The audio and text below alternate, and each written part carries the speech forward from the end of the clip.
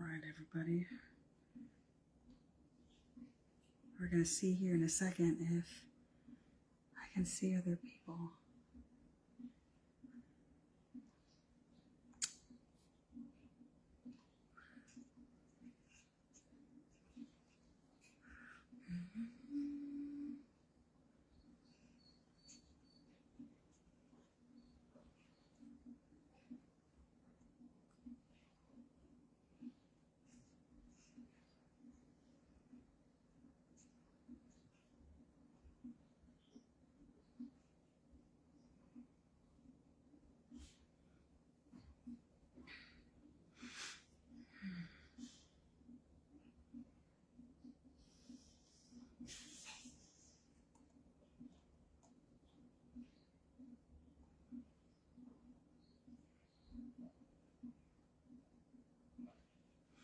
Okay.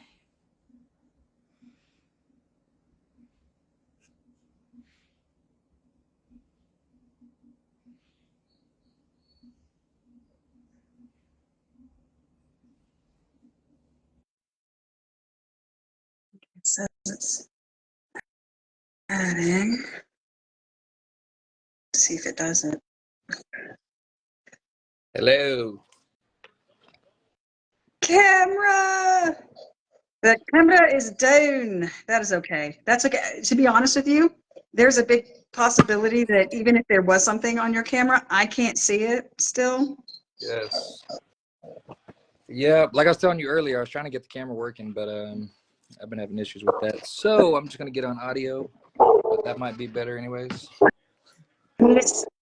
Again, I couldn't see it anyways unless I looked down at my laptop. So I'm again, people, if I'm looking down at my laptop, it's because I'm literally trying to see the video of people talking.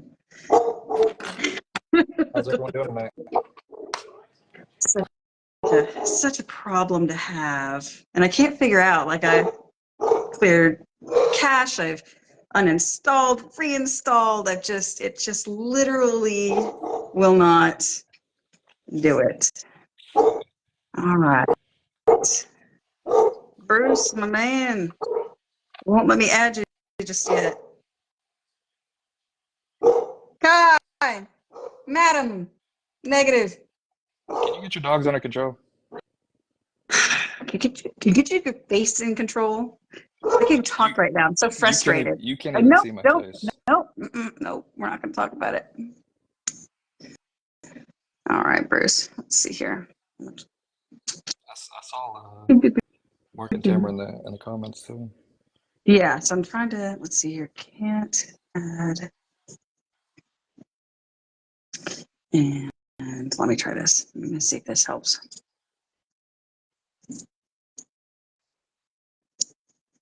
All right.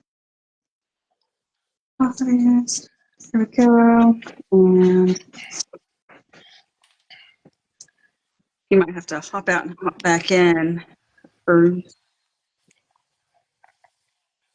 because it when I hit the invite button, it didn't do anything. Didn't show you. And camera, I'm trying to add you right now. It says it's adding, but sometimes it takes a second. I apologize in advance.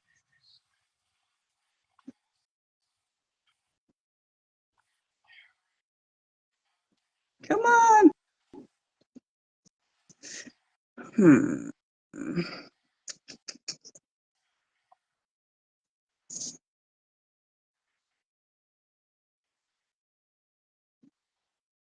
Let's try this again.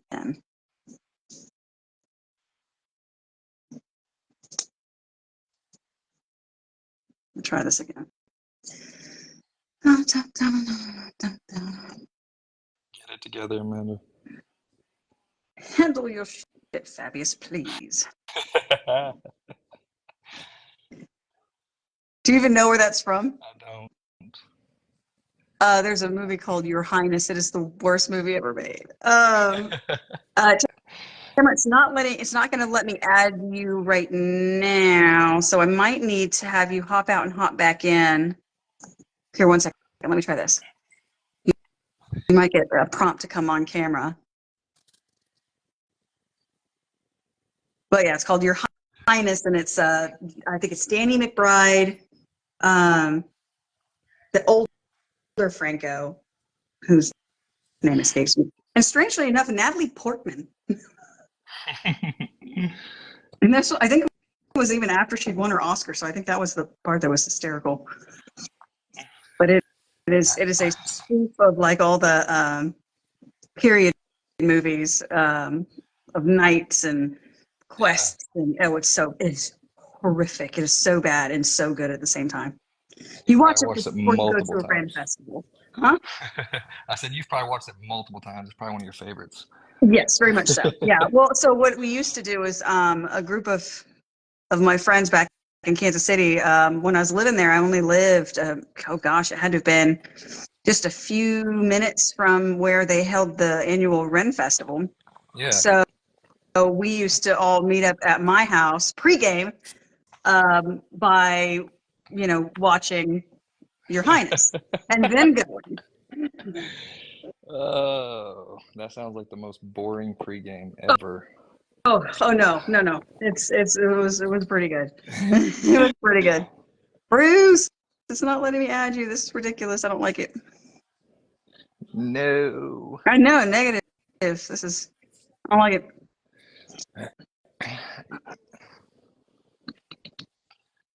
Let's try something here.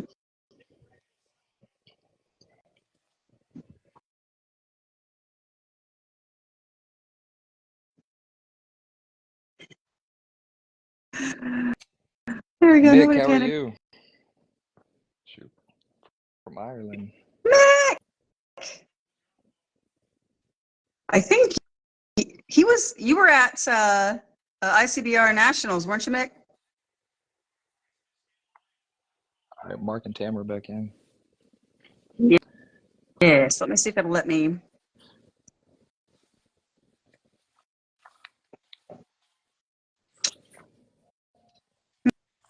It says it was unable to join because of technical issues. It did the same thing with Bruce.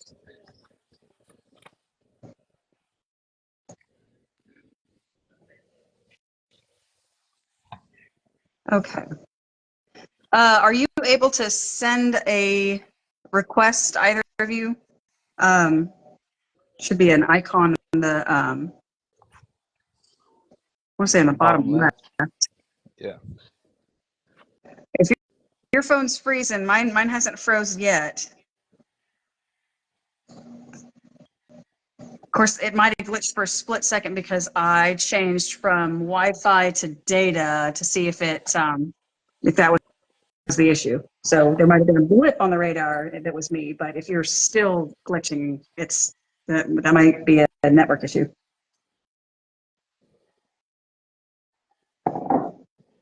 You think we should completely get out of this and just restart a new one? I kind of, oh, wait, hold up. You might, here, let me try this one. Here, Tamarah, it should send you something like hey, she's invited you to come on camera. You want to? If your phone says that to you. If your phone says that to you. Here we go. Here we go. You want to? There we go. Hey. I don't even know how to spell that. You want to. Wait, hold on. I'm just going to do it like this. How are y'all? Hey! Hi, everybody! So glad to have y'all on again. Of course, we're excited to be here. Hold on a second, I gotta get this situated. I hope my phone doesn't freeze because it was the coverage. How do I can't see you guys, that's the only thing. No worries. We will work with what we have. Yeah. We're gonna get Kelly it. said, oh, can we see the first kid? Here we go. Hey, play ball. The team is here. There's Mark, too. Hey. All right. Can Can you guys see everybody? I can't see nobody but me. Okay, that's Honestly. the same problem I'm having. So I have my Is that laptop what you're beneath me, so I'm like literally like looking down, watching your guys' faces while I'm speaking here. It's awkward to say the least. But yes, mine is doing that too, Tamara. I'm sorry. That's okay. Hey, we'll work with what we got. Right? We're gonna have fun no matter what. Okay, we have to. We have no other choice, but we're gonna do it. That's We're gonna right. do it. This We is got just a this. night of technical difficulties. Caleb's camera ain't working right now, so we have him on audio. I can't see none of y'all. You can't see anybody. You know, it's Okay, awkward. it's okay. As long as everybody else, if we could get some feedback from everyone else, if they can hear and at least hear, let us know what's going on, what you're seeing. Yeah, Adam And said that then, he says he can see everybody, okay, and he says he can hear everybody because he was talking back, like so he was hearing what we were saying. okay. Well, we're good then. We can make I, this work. I say we can. Let's Okay. roll All right. forward. Carry on. So I missed the last time that you graced us because I was on the other side of an ocean, unfortunately. So that sucked. So I'm like super glad to have you. I know. I'm glad you're here too. I'm glad we were able to do this again. And the timing is perfect, right? I Like, Yes. I know. I saw that. Like as soon as like Saturday started rolling towards a close, and you know people are posting their pictures and lives and things like that. You posted yours, and I was like, no freaking way! This is amazing. It's not even been better. This is so great. And you know what? And you know what? Before I knew she was coming on, I had wrote in a post that maybe we can have you on, kind of quick, and I strolled down and she was on the show for the night. I said, man, ain't that a coincidence? That was crazy. Oh, Hey, I look, saw you comment she didn't on that, even know. Bruce. She didn't even know who I was at the show, right? Yeah. So I said, "You really?" She didn't look kind of familiar. I said, "I said the live. Oh yeah, I knew you from somewhere. I just couldn't put it together. And look, I didn't even know your husband was at the show. yeah. I didn't know I he got was there. lucky. Mark, I didn't even know he was there. And You I long looked at line, him, you Mark. and I think I looked him right in his face. Sorry, Mark, man, I didn't know that was you. Hey, never. He was Man. incognito. He was incognito. He was there clandestinely. There you So I just in case by some weird random happenstance, there's anybody on this live that's viewing in that is unfamiliar with you or your program, we'd like to kind of just give you an opportunity to reintroduce yourself by obviously your names, and then the kennel name or names if you have multiple. Sometimes married couples have joint endeavors, and then any kind of company you may run as well. So take it away. Okay, we are Mark and Tamarah Wagner, and we are the owners of Warriors of God Bullies, and we own the world famous Grand Champion Samson. Yes. Now a quadruple national winner. But yeah, in Samson's, our kennel is based around Samson, and that's pretty much about it. We're just simple little people, and we're just grateful to be on the show with you, and that's how it goes. Oh, we're That's definitely awesome. happy to have you for sure. Yes, and I love what someone just put in the comments, that they've actually built their program off of, a Samson daughter. And there's so many kennels that y'all have started and impacted and really stapled your legacy in the American Bully history. So it's an honor to have you. I just want to say that before we get into this. It's an honor to have you again. What y'all have done in the community is unmatched. Thank you. Yeah, we well, with that said, I'm not quite sure because I can't see. I'm blind as a bat, and I have my glasses on. But yeah, a lot of people have really liked what they've seen. What we've done with our kennel and Samson's bloodline, and what we've carried on from that. I mean, of course, we carried it from Dak's line and did our own thing, and it's pretty cool to see people kind of do the same thing like what we did, with Ed and Stephanie, and they're bouncing their kennels off of Samson. Many people have restarted their programs You know, they kind of just literally restarted. I can name, you know, like 10 kennels off the top of my head that have Wow. just said, you know, I'm just going to start over, and I'm starting with your blood. And it's the most humbling, wonderful thing you could ever experience, to know that you have that type of impact, you know, on other people, Yes. and to be able to share what you experience and the joy of what you know, that they're experiencing what you experience, you know, you kind of live vicariously through them, Yeah. you know, so it's wonderful. It's so cool. You know, and one of the things that, because I know that like there's always so much focus on Samson, and justifiably so. He banging as a beautiful dog, and the fact that, how old did you say he was? 7. He's 7 this month.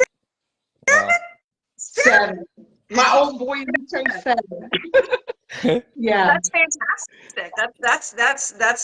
That's wonderful, because that definitely speaks to, you know, his good breeding and his, you know, the care that you guys take of him. But the neat thing is you posted recently some really good looking pups, among other, you know, other dogs that you have that have already kind of reached an adult age as well. So y'all busy over there. Like you got some stuff going on. You want to tell us about that? Yeah.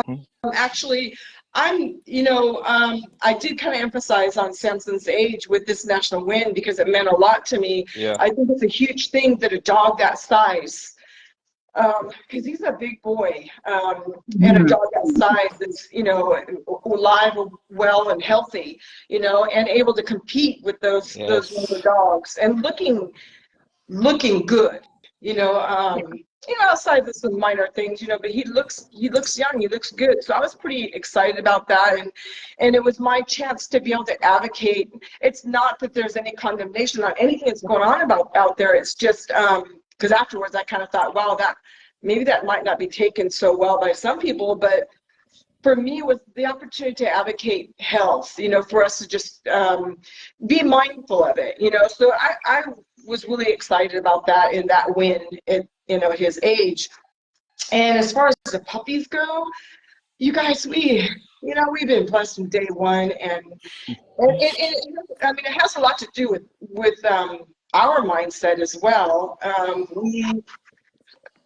We were, you know, just focused on taking Samson, taking what we had off of that first litter, because it was incredible, and not going backward, going forward, and, you know, to the best of our ability. You know, it doesn't mean that it's always, I tell people, I go, as long as we do things to the best of our ability, we can always say that's what we did. We were mindful about what we did. If it doesn't work out, okay, that happens, you know, it happens. But if you're always trying to do your best and be mindful about what you're doing and what you're breeding, at least you can somewhat be blameless about, you know, the mistakes, or, you know, things if they don't work out to how you're wanting to work out. But we took what we had, and I believe we moved it forward. We pushed it forward, and we didn't focus on mass, although we had it. We focused on mistakes. It's huge. It's a huge thing for me, and what you're seeing now is, you know, basically 6 years of work, 6 years of setup, 6 years of keeping our blinders on, because sometimes you can be like, oh my gosh, you know, and you can feel like you're falling behind a little bit. But if you stay focused and true to what your original plan was and what you originally want, and you don't fall prey to somebody else's mindset or ideas or ideology or any of that, and you just stay focused and you keep doing what you planned on doing from the get-go, you know, unless it's wrong, eventually you're gonna succeed. You know, I mean, what I mean by wrong is, like, you know, unless you're like just, you know, blindly just breeding, being crazy, doing crazy stuff. But so what you're seeing now is you're seeing all these years of breeding and setting up breedings and setting up bloodlines and different strands, and now we're putting them together. Yes. And now you're gonna almost see a type of fast track happen. I feel that's what's gonna happen. So we're pretty proud of it. I'm pretty proud of it. The way it seems to be with these last few litters is there's not a pick. There's not a Wow. there's it's like it's almost the point you can't even sell that pick anymore. Wow. When someone was asking about this Sosa litter, of course Sosa's a great dog and it was an excellent breeding. But with this particular breeding, I'm not even selling them by picks. That doesn't even make sense to me because it's like years of these dogs. I was just before this feeding them, and I'm still like, I got my pick, but I'm still like, gosh, should I just kill on these guys? Or, because I've done a couple of them and I've been really, not gung-ho about making sales on them. Right. Because they're just so dang nice. And so I'm not budging on a price, and I'm just going to let things fall the way they fall. But with that said, the litters are getting nicer and nicer. And what I mean by that is I mean show quality, because that's what matters to us. I mean, the show quality is just like, of course, with puppies, we all know that everything could change, as they grow older, you keep holding your breath and holding your breath.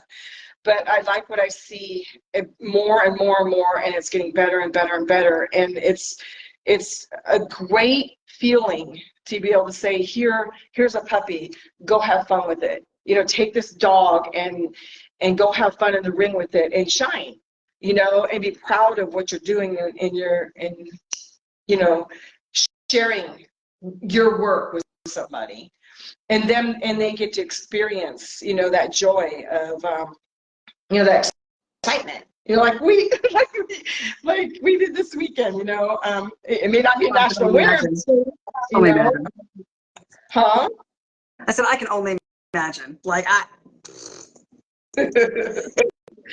just thinking Hey, about do you it. have a running tally on how many grand champions have come off, your Samson line? Good question.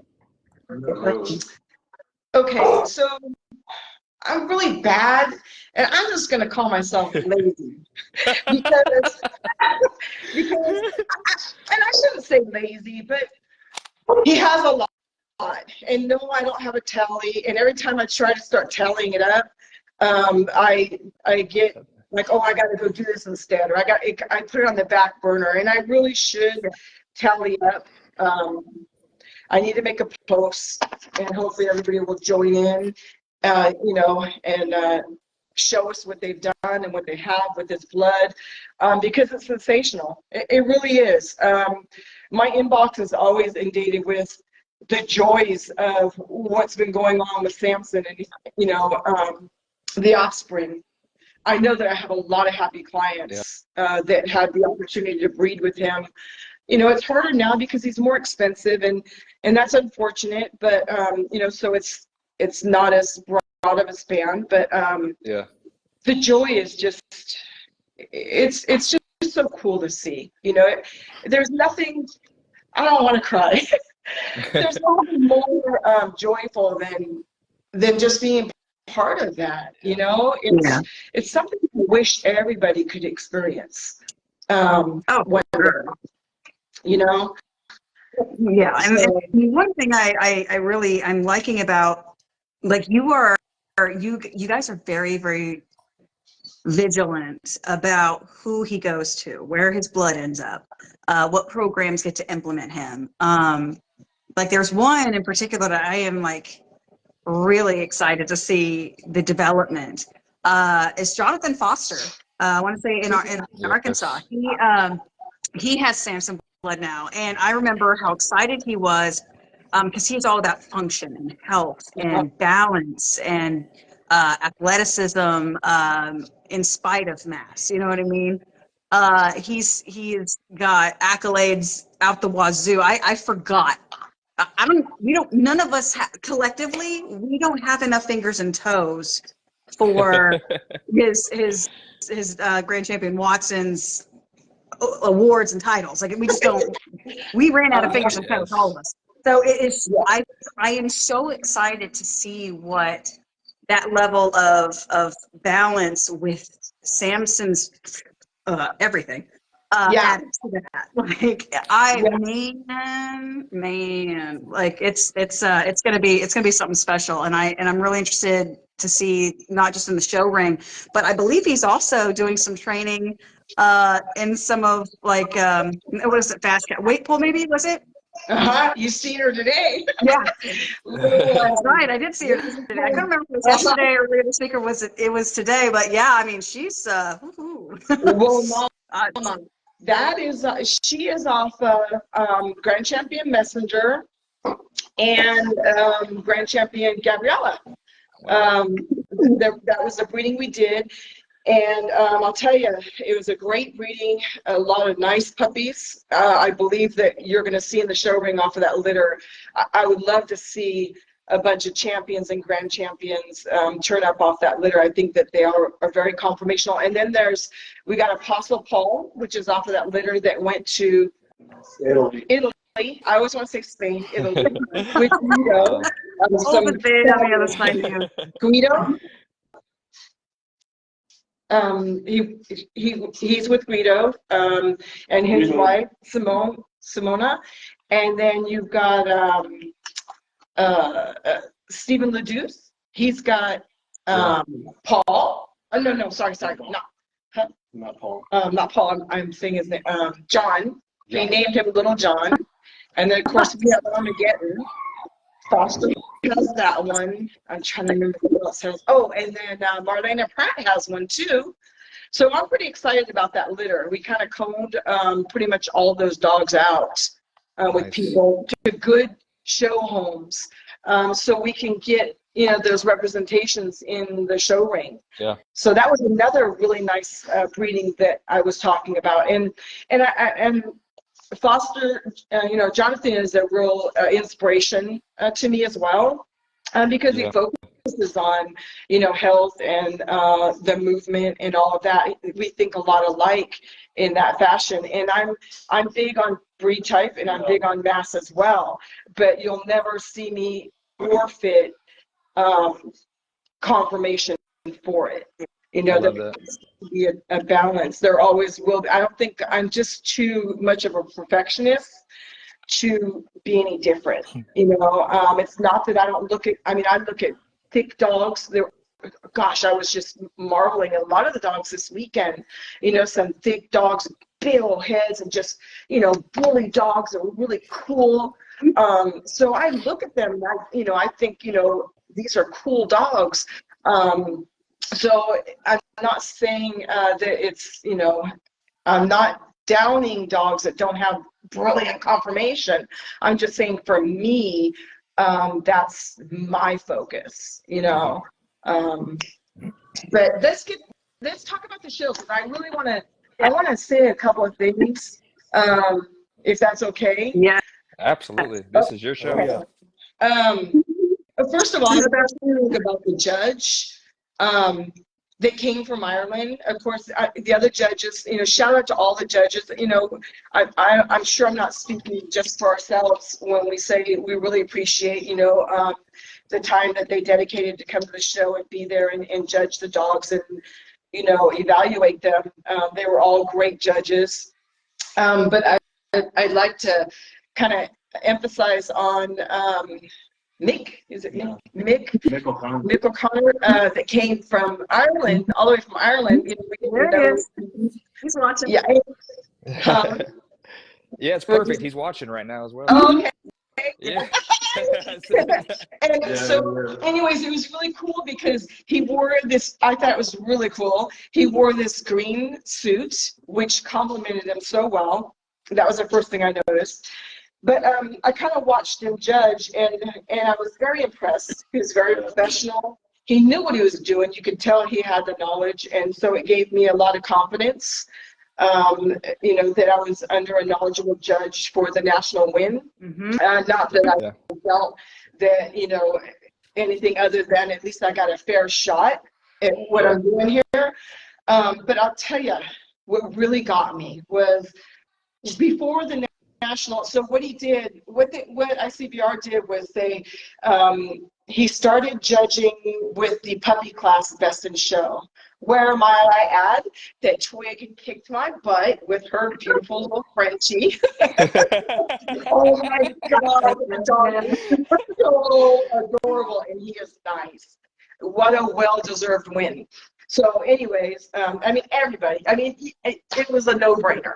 But so anyways, he was in this puppy class with us, and it was a great feeling to be in there with the other breeders, with their puppies, and with this judge that the reflection off of, how do you say it, his persona and the reflection from him, that he thoroughly enjoyed these puppies, and he was thoroughly enjoying what he was doing. And it was so cool to watch, to experience, and to be right there. You know, maybe other people might not have picked up on it, you know, outside the ring. I'm not quite sure. They might have, they might not have. But that was my first experience in the ring, was with the puppies, with you know, Judge O'Connor. And I just want to say it was really cool. And it was a high honor to win. Again, like I said, the national win. I can't express it. And I have to give. This is how I feel. Samson had, you know, we weren't going to put him in, and Mark is just like, Tammy, let's just enjoy our dog, you know. And I'm like, Yeah. you're right. Already there. Yeah. You know, but you know, you guys, I'm very protective over him, and there's, you know, personal things that I have with him. But so anyways, I'm like, you know what, you're right. Like, why am I not enjoying? This dog is gorgeous. This dog is known all over the world. This dog is a producer. I mean, he's like, where is there another Samson? I don't know. I mean, tell me, show me, so I can breathe to him, you know? So it's like, what am I thinking? So we decided to do it. But here's the thing. When we won, it was like, here's that one more opportunity.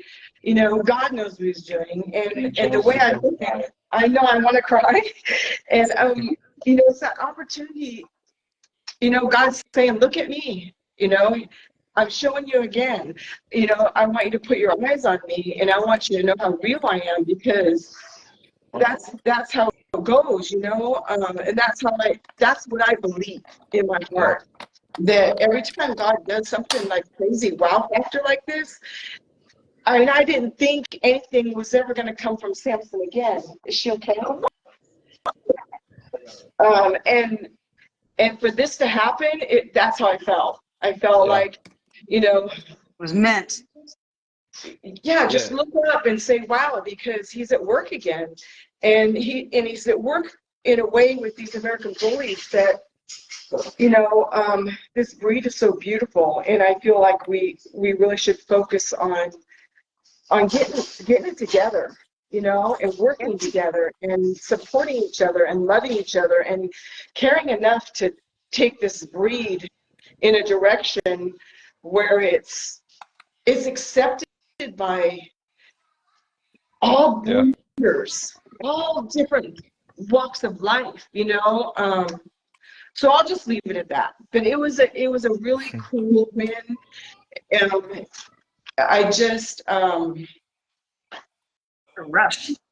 I mean, what a rush. I mean, it was totally unexpected too. And that's, I think, Yeah. the most fun aspect of it. Because you were just like, I feel like I should just be in the ring with him. Like, I literally just, like, somebody tells me I need to put him back in. And then that happened. And it's just one of those things. It was just like, you know, it's, I love seeing people bring their bullies out who are, you know, exceptional, you know, examples of the breed. It's tight, you know, and Yeah. and bringing them out at older ages, like there's nothing to hide, and I love that. Like we were actually just talking about it, it was either last week or the week before that. We were talking about how Dima had brought out, and this was at Nationals 2023, I think. Dima had brought out Grand Champion Slim Shady, brought him out of retirement to compete in the Grand Champion class. And I just remember, and I have his blood in my yard, so being able to see that dog in person and see that that boy still got it. Like, and Yeah. you know, Hannah and him took a spin, and I just remember thinking he looks great. He's still incredibly, you know, well balanced, and you know, his mobility is great. And it's just like when I found out he was like 7 or 8 years old at that time, I was like, holy Moses! Like, Yeah, wow. exactly. Yeah, the food Exactly. was ring out here, but it's just like, but at the same time, I mean, he was just in such good health and And yeah, such good looking temperament good. and such good spirits, and I want to see more of that. So that's why, you know, when you you know said how old he was, you know, as is now, and he did so well, I'm like, yes, that's what this is. You know, Right. that's where we need to head. You know, as you're speaking, you're I'm thinking of things, and you're 100% right, because what it does too is, you know, when they brought that dog out, what it does too is it solidifies to all the people that invested in that dog, you know, in the bloodline, to know, like, you know, I've got a solid healthy you know, foundation going, you know, or at least a piece of it, or whatever, however you're breeding or whatever you're doing. But it's just a good feeling to know that, like you know, it was really cool because you had a piece of him in your yard. Like, okay, you know, I'm in the right direction. I'm working with good stock, good breeding stock, healthy stock that's going to allow, you know, live for, you know, a decent time. Yeah, absolutely. Because if a dog's 7, 8 still in the ring. Yeah, exactly. You know, and the thing is we know that things happen, you know, with these dogs. I mean, it's unfortunate, and you know, we're not downing that. We're just saying when you see something fabulous, or when you see, you know, these dogs pushing the limits, like with this one you explained. I want to say I've seen a couple of senior dogs go in the ring that it's like it's great to see, and we should rejoice in it, you know. And I hope that more people bring out their senior dogs. You know, maybe they'll start a little something, I don't know. But it was just really exciting. It was a fun weekend. It was very exciting, and I can't say how grateful I am for the win, because there were some beautiful dogs. There were some nice dogs. There was a lot in the Best in Show. Oh man, you guys, there was some really nice dogs in that ring. Oh, absolutely. And I think at one point, was it the fun show or was the actual sanctioned show? They had a Tibetan mastiff. Yeah. Oh my gosh. Man, dang, that was a big go. I forgot how big they were. I mean, I know how big they are, but I forgot how big they were. He's actually, I think, on the bigger end of that breed scale. Like, big man. Mm-hmm. My son wanted one of those a long time ago, and gosh, that's a lot of dogs. I've never seen grooming. A lot of food and a lot of grooming. Those dogs are never ashamed to eat, and they oh man, can you imagine breeding those? Oh my gosh, that's all to you. That's just like, wow. That's crazy. Hey, look, because I was talking a little bit, you know, everybody was, you know, like a bear. Yeah. Big bear food. Yeah. Because we used to have chows, and I remember, you know. Yeah, I mean, even they have like their paws are actually, it's like a spread, like, so they have bare feet. It's not like ours where it's like, you know, you're supposed to have big paws. With, you know, gaming dogs, their fingers, you know, need to be a little bit longer so they can, you know, climb and dig. But these are bears. They have bare paws. Yes. Crazy. Yes. I was It's like a big dog. Yes. Very big dog. I Yeah. watched Hey, so many lives of that dog, just like trying to figure out like what on earth, and people were just like, "What is that? Is that a Caucasian Shepherd? Is that a they called it a Tiberian at one point?" I was like, Tiberian, "Zeb, that's." Tiberian. I was like, "No, Zeb, no, Zeb. That's a Tibetan baby. That's a big dog." Hey, It and you know what? was cool. I actually talked to that guy. He said Yeah, he got him imported from China, Wow. and Yeah. so he straight said he source. also had a female too. He said, man, he's one of them. I think he said one of them got stole or something happened to it. But he said Horrible. he Oh, take that dog everywhere they go. If really? they go to the store, Oh, he you go got to the store. Everywhere they go, he go. Wow. There's no way I would try to steal that, and that's terrible someone did. That's a big dog to try That's to it. go in. It's a big dog, Yes. man. For The Hey, trust, people. the all in the trust to abduct a dog of that size, not knowing the temperament. Now, granted, I mean, Tibetans, it's literally a 50-50 shot, and it Yeah. really is an environment. Like, obviously, those dogs are raised in like a more family environment from what I can tell. So it's like a working dog, Yeah. yeah, you'd have lost an arm. Well, if that dog does anything to them, they deserve to get bit. Oh, exactly. 100%. Exactly. 100%. You stupid person. Yes. Love. That's Really the not. love that's right. You know, that's their family member that you're taking from them. Yeah, It's just cruelty. Like I, that's It yeah. sad is. to hear I wouldn't mind going to prison. That would be a bad day for that'd be a bad day for everybody.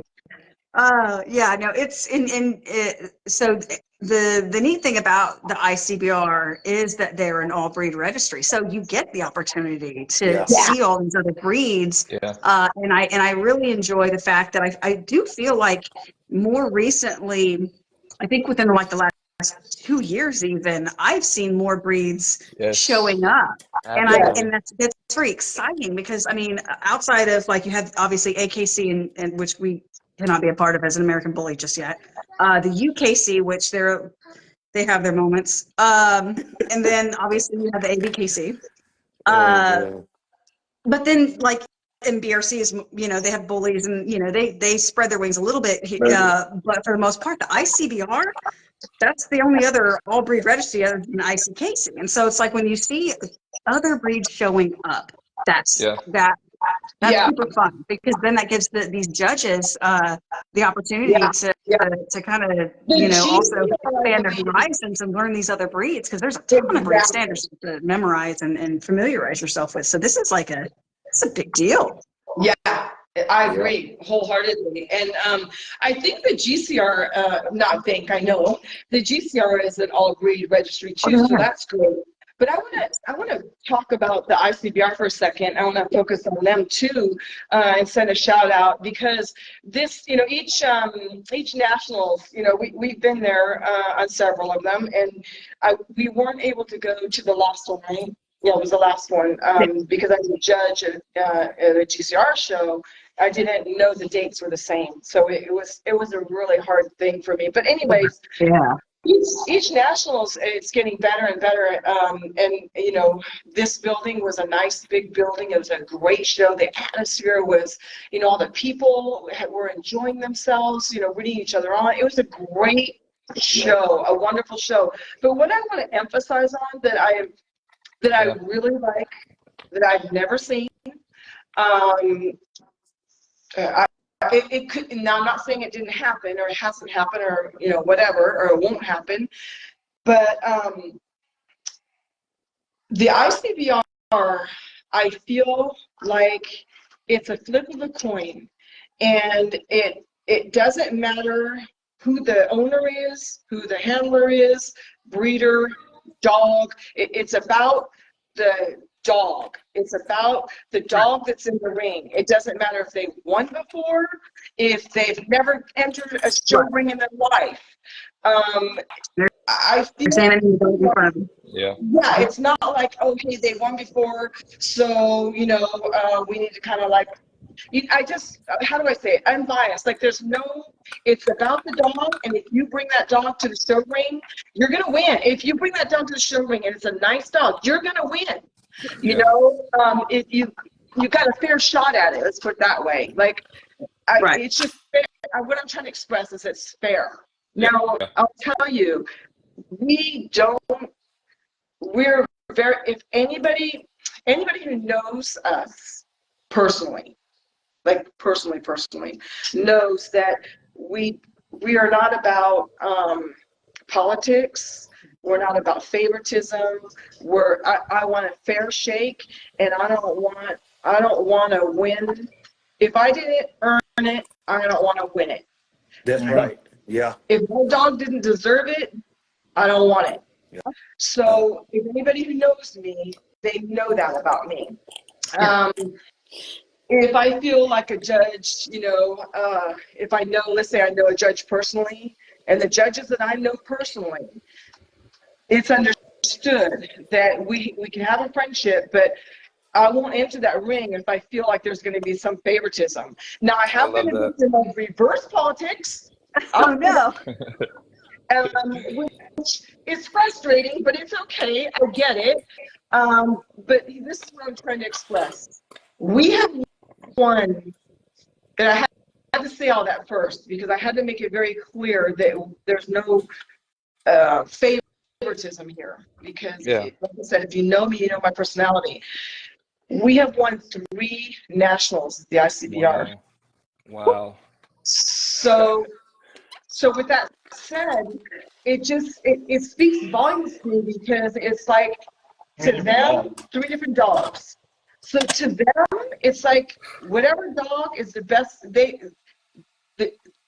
Different judges, different dogs, and in that registry, it's up to that judge, and there's no persuasion. It's the best dog wins. You know. So that's a lot of integrity coming from a registry, and I have about that because I think it should speak volumes to people, and I know that people hunger for that these days, and so it's something I felt that needed to be said. So shout out to the ICBR. I love that. Oh, yeah. And rightfully shout out Terry Huntley, Jared Huntley. Terry Huntley. Great guy. Yeah. Very great guy. And Tamarah, for y'all to win 3 nationals, and talking about power couples too, Mark, I want to give you your flowers. We haven't really hit on you too much tonight, but for you to get Tamarah in the ring, for you to sit there and tell her that and really be that encouragement to get her in the ring, and then to win nationals, and for y'all to share that moment, and I see just the joy when she's talking about it. Good on you, Mark, because that's exactly what a power couple does. They push each other forward, and y'all won together. So amazing job. I just want to point that out. No, he's a liar. And so Nice. I just think the dog ring to the room. and all the preparation before, and the years of preparation. I have handled 1 or 2 times. But here's the thing. That's something else I want to talk about. So I think it's pretty cool that I made a post on Warriors God Bullies, and sometimes I don't say things the way I mean them. But I made a post saying something like, no fancy photos, no fancy videos, just a fancy dog. And I want to emphasize that, if you have a really nice dog or a really nice program, if you're doing your job, all you have to do is do your job. Sorry, I'm nervous. All you gotta do is do your job. And if you're doing your job, that's all great. If that happens, that's all great. If you can get those videos, those photos, that exposure, whatever, that's all extra and that's all great. But for the most part, the dog's gonna speak for itself. My problem is when I get to the show ring, we're having such a good time that I don't get. I'm in the moment, and it's like I forget about pictures and videos, and then at the end of the day, I'm looking around like, who got pictures and who got videos? And you know what? I have to say a shout out to Freddie Solano because he posted up this video, and that's all I got. And he got it. And there's some videos circulating around, and it's kind of embarrassing, but It's still a good video. I felt so bad for Samson because we were doing the down, we started the down and back, and I started going down. And Samson's the type of dog where you don't need to guide him. You don't. He's got this. We've seen the off lead. We've seen it. We've seen it. Yeah, he's got this. Yeah. You said you did. I was used to doing with certain other dogs, and we know all different dogs do different, you know, you handle them differently. And I had the lead down, you know, the choke here, and I was like, it was wrong. It was all wrong. So we started the down, and I turned around to come back, and I'm like, oh my God, like, what am I doing? Like, he's like, Mom, what are you doing? He's like, you know, do like woman. Yeah. Listen. So poor Samson, but Freddie got this marvelous video, and shout out to him. I appreciate him. He loves Samson tremendously, and so I really appreciate that he got that. But Hey, real quick, Tamarah, Miss Yeah. Tamarah, there is a video my wife actually got of you and Samson, and she just posted it actually before we came on this, and she I've showed seen it to it. me. It's nice. Wait till you see this video. Is absolutely incredible. Yes. Oh, I love Some, her.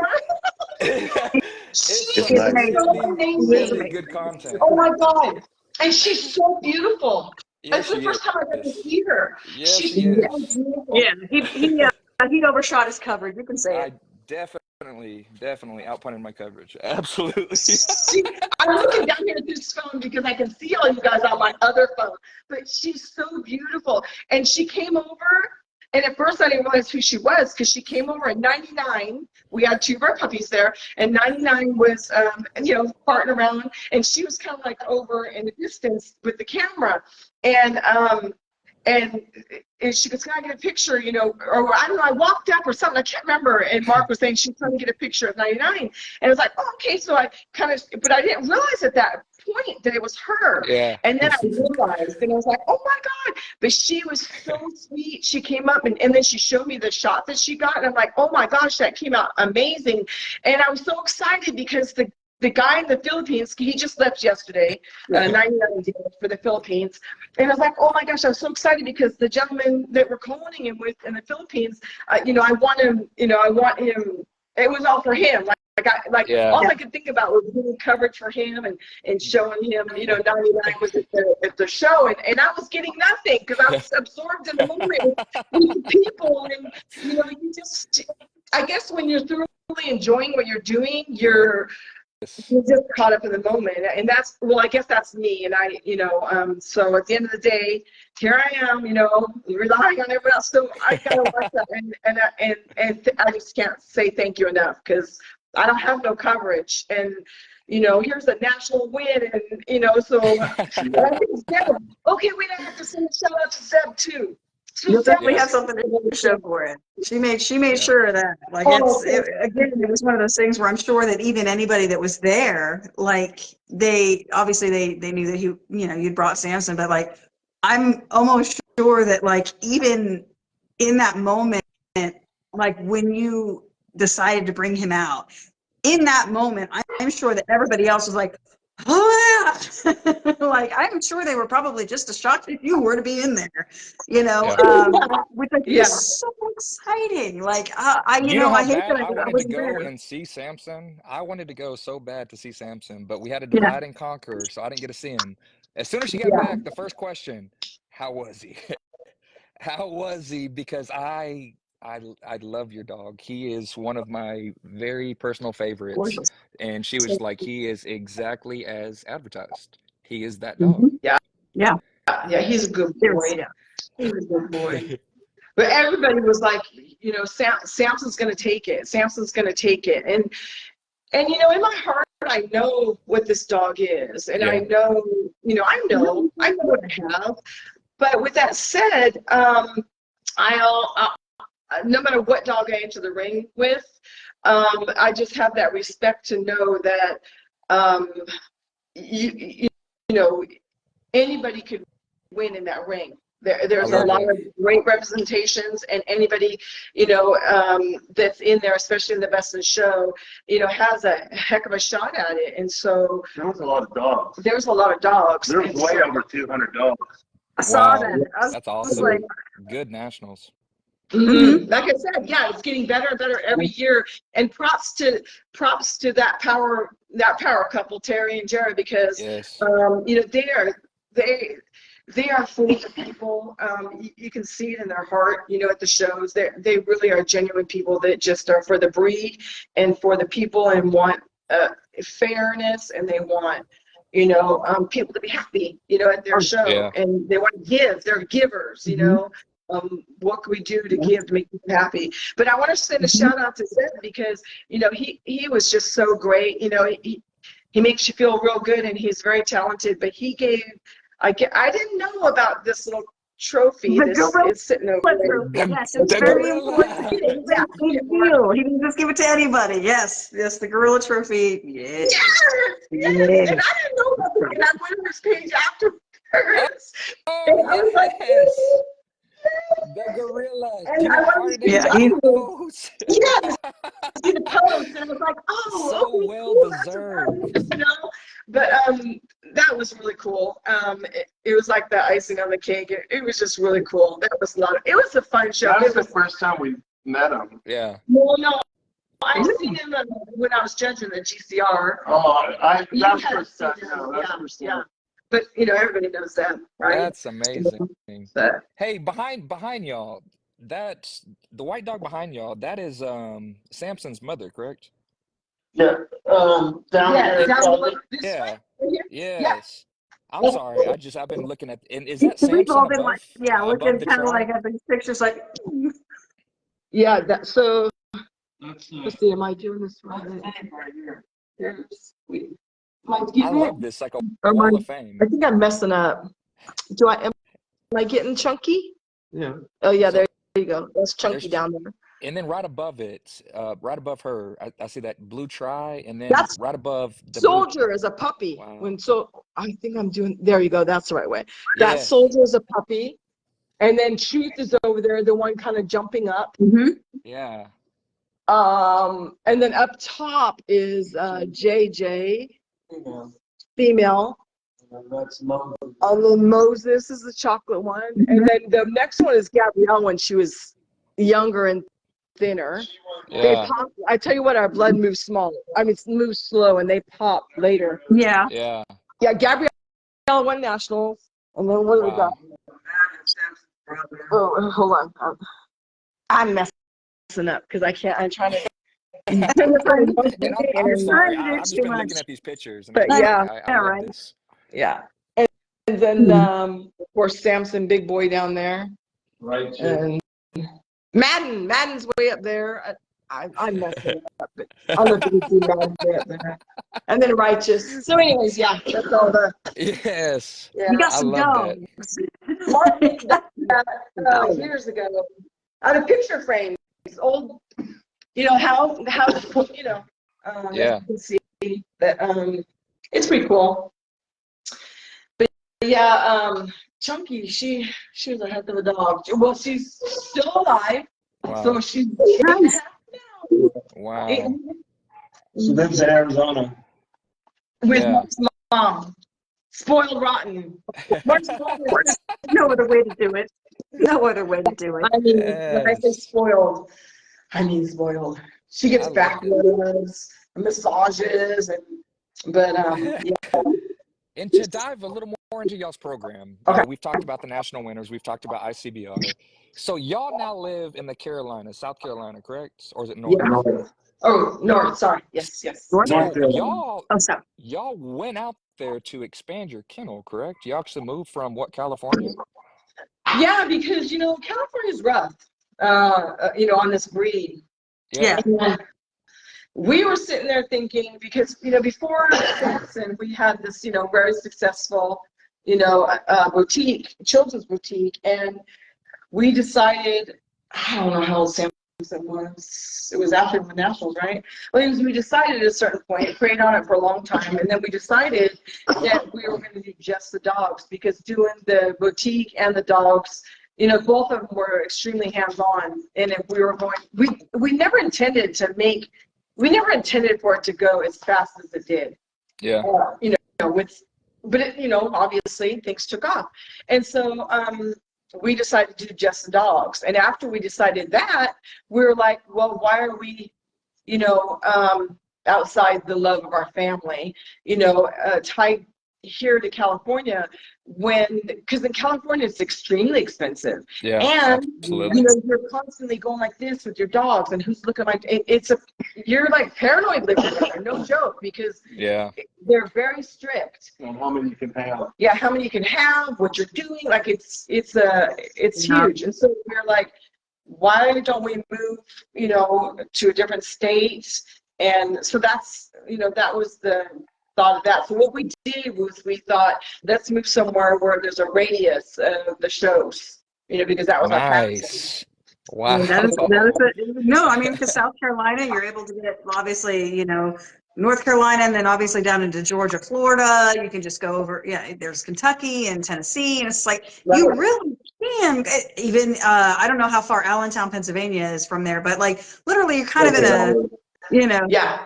great shot from anywhere, including Ohio, which I think it had a show recently or is about to. So it's like, I mean, that's a pretty good location to start from. Right. And it was all a God thing. I mean, it's the perfect property for us. And it was just literally, it just fell in our lap. And everything's just the God thing. And you want to hear something really crazy? They all together. And I've said this before. I know, you know, there's controversy behind it and all that good stuff, but who cares? I don't pay attention to that stuff. But you know that dog, Big Country, you know, what's that kennel name? California Bully Farms? Carolina Bully Farms? Oh, yeah. California Bully Farms, Carolina. Well, we used to watch, you know, right after we got Chunky, we're started checking out, and we seen that dog, and we started watching him, following him, thought it was pretty cool, and you know, that was what was in my head. Fred said God is good, and I say all the time. Oh, yes, amen. That's the response. That's the response. Yes. So when we're seeing these dogs, what was already in my head, okay, now you have to remember, we did not plan on a fast track. We planned on when we're going to learn these dogs, learn the inside out, and then when we retire, we'll live in our little house with old little people, and we'll breed these little dogs, and never even thought about showing. I mean, how could I not realize that would be part of it? Duh. But so anyways, in my head, it was kind of, right? Like, come on, right? I mean, there's so many things that I never thought of, you know, and then here you're on this fast track.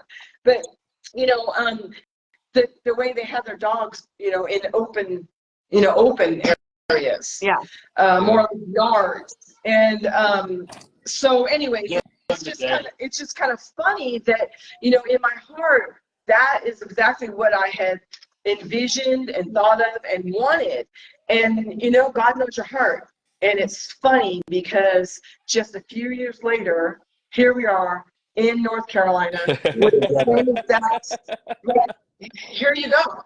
You know, they live in, you know, the dogs have their in and out kennel. We have the indoor outdoor kennels, but the outside is very big, and so it's not weird. It's God. I mean, He's just provided for us. And now I'm not saying, I want everyone to be perfectly understand that when I am online and I'm talking about how good God is to us and how blessed we are and all of these things, is because I'm focusing on the beautiful things, you know, all these beautiful things that He has given us and that He's done for us. You know, you have to, because that's what builds you. That's what strengthens you. That's what carries you, you know, through a lot of things. So I want everyone to understand, we go through the hardships just like you. You know, we go through the days where we want to pull our hair out, or, you know, where a dog will die. You know, one time we had a puppy that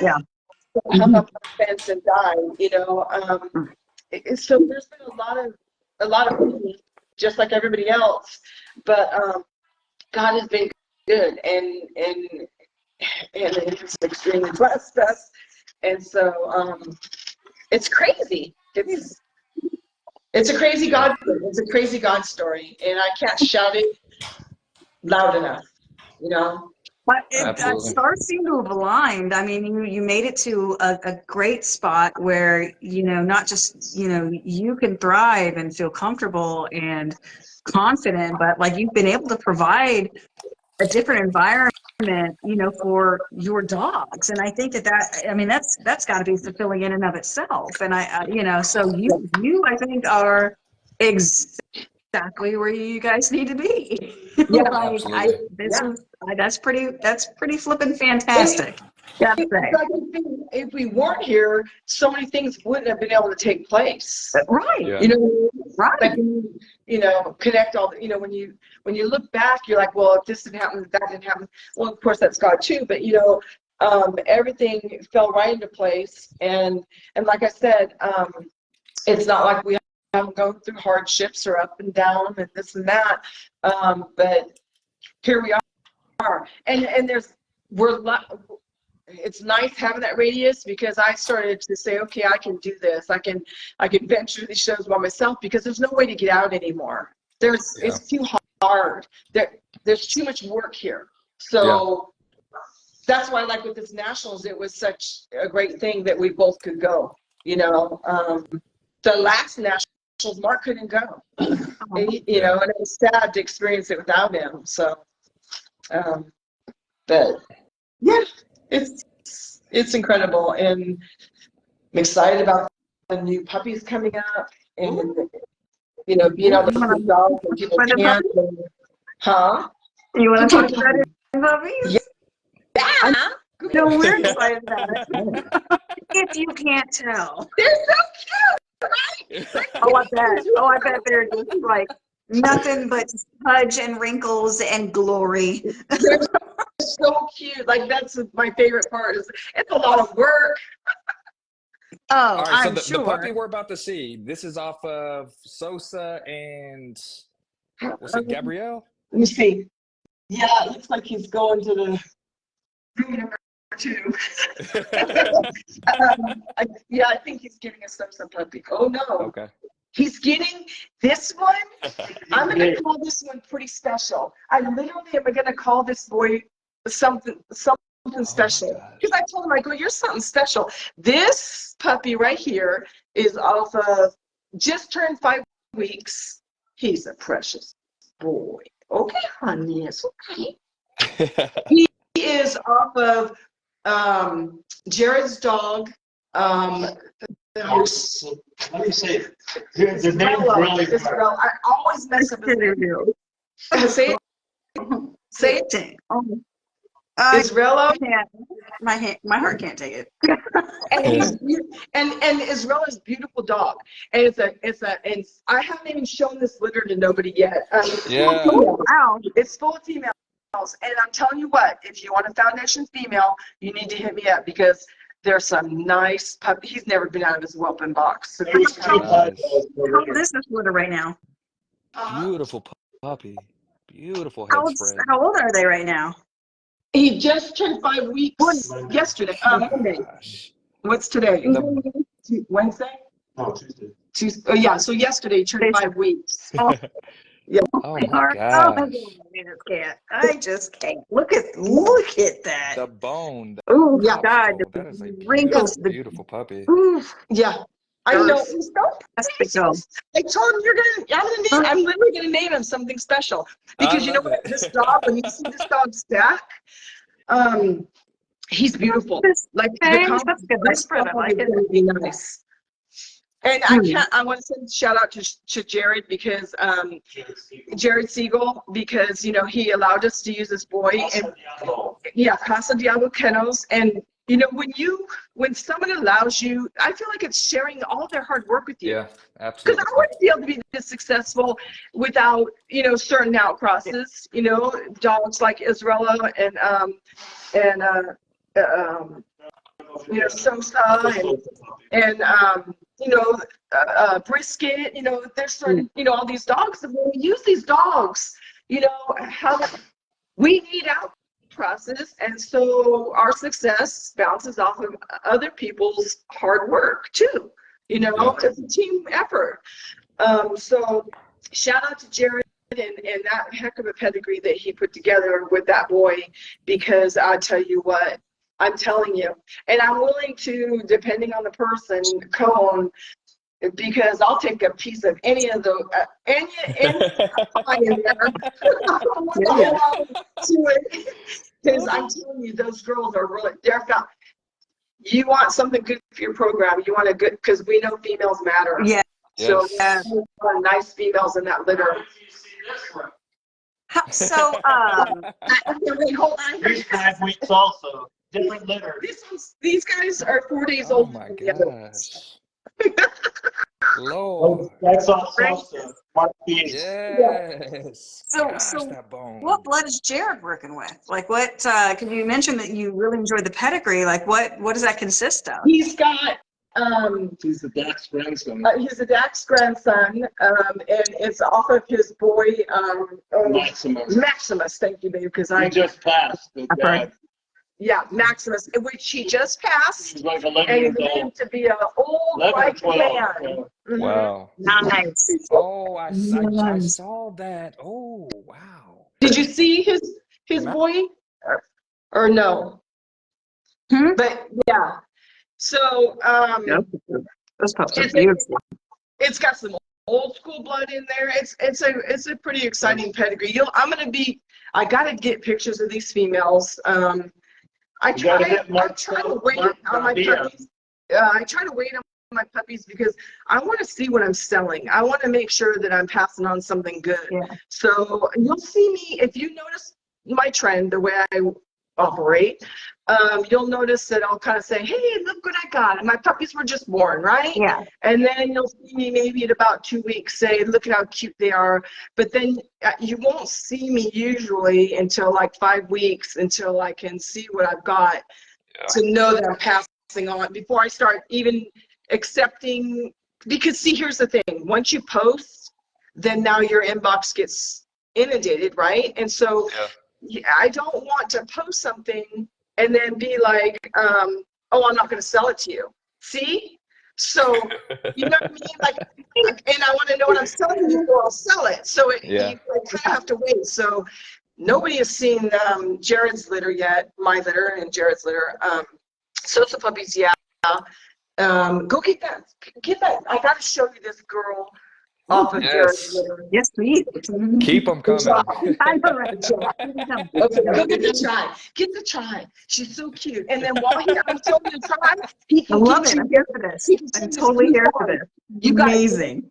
Blue fawn was born, and I'm sitting here going, okay, Tammy, you only need one. But when this blue fawn was born, you guys, her headpiece, It's just her ridiculous. headpiece, her muzzle's like this wide, you know. Yeah. But the blue tri's been coming apart, and she has just as beautiful. They all are very nice, but these two particular females, I'm just like, what am I going to That's do? it. Because I can't both, and you know. And then I'm going to show you. I'll have them grab some more Sosa puppies too, because they're so stinking cute, and they're like fingers. But look at this girl! Oh my gosh! Look at this girl. But I don't know if you can see the beauty. And you know what? Their coats are like silk. They're just. Yeah. But I don't know if you can see this girl. Because I'm not good at beautiful puppy. holding puppies, or people are good at this stuff. I'm not good at this stuff. I don't know how to do. But so I hope that you can. I mean, you can look at this definitely see puppy. the Oh my beauty God, of look this at this puppy. puppy. I mean, there's really no other way you can do it other than that. I mean, that's a good girl. Yeah, I'm all squinting because I can't It's a see. big, soft-looking, smooth-looking girl right there. That's How many litters do y'all have on the ground right now? And I'm telling you, like I've got 2 litters right now. 2. Okay. But I'll tell you, when these dogs are standing, they're just gorgeous. Like their angulation is there, and She is gorgeous. She is so beautiful. She is beautiful thing. Beautiful thing. She Like really when you turned her, where you could see the back, you could really see the size and Yes. That's a talent right there. I'm here for it. That is a beautiful puppy. Yeah, and there's a balance there. You can already see that she's going to be very, very well balanced. Yes, like, you know, when you, because I don't just look at one thing, I look at everything. I'm Right. looking at the type of feet, I'm looking at, you know, the neck and the crest and you know, the muscle definite, you know, all of that stuff. And I'm telling you, these pups, these females have got, and look at her, I don't know if you can see it, but she has a really beautiful head. Yeah.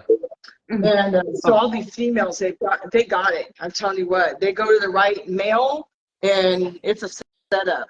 I'm sorry, babies. I'm sorry you're scared. They're out of their element, you know. So they're like, It's like, this is news to me. I don't know how I feel about it. Listen.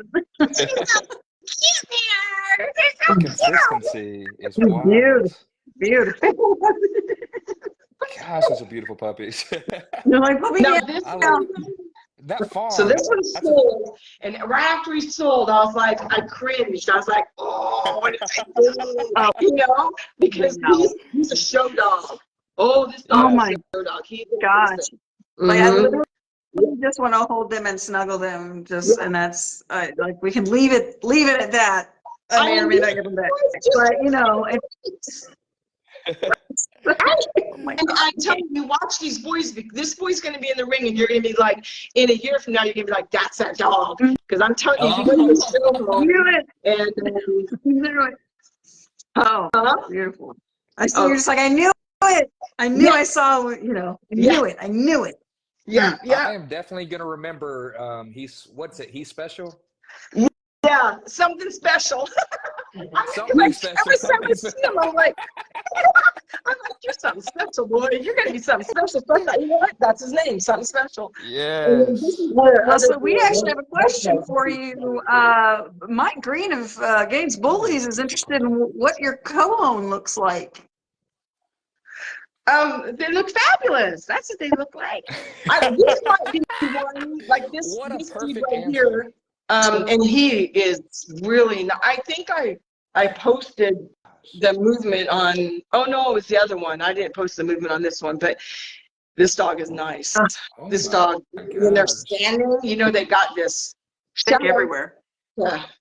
to Sosa because he nailed it. Gosh.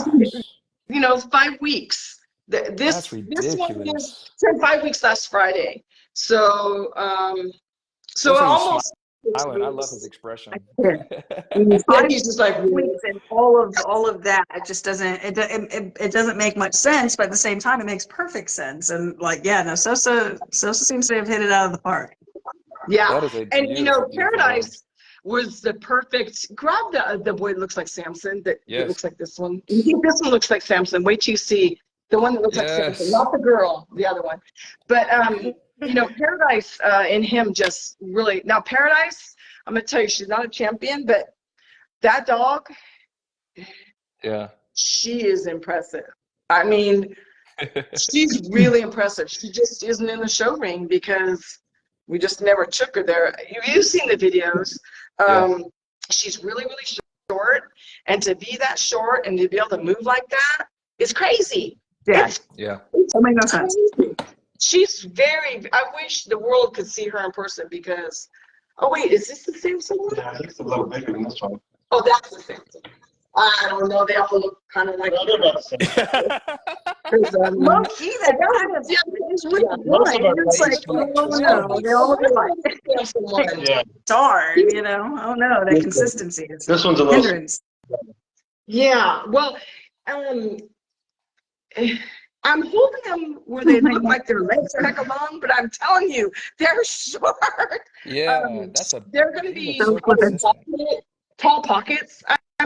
Maybe this guy might make it to a standard. I don't know. Yeah. But The soft is a standard. yeah.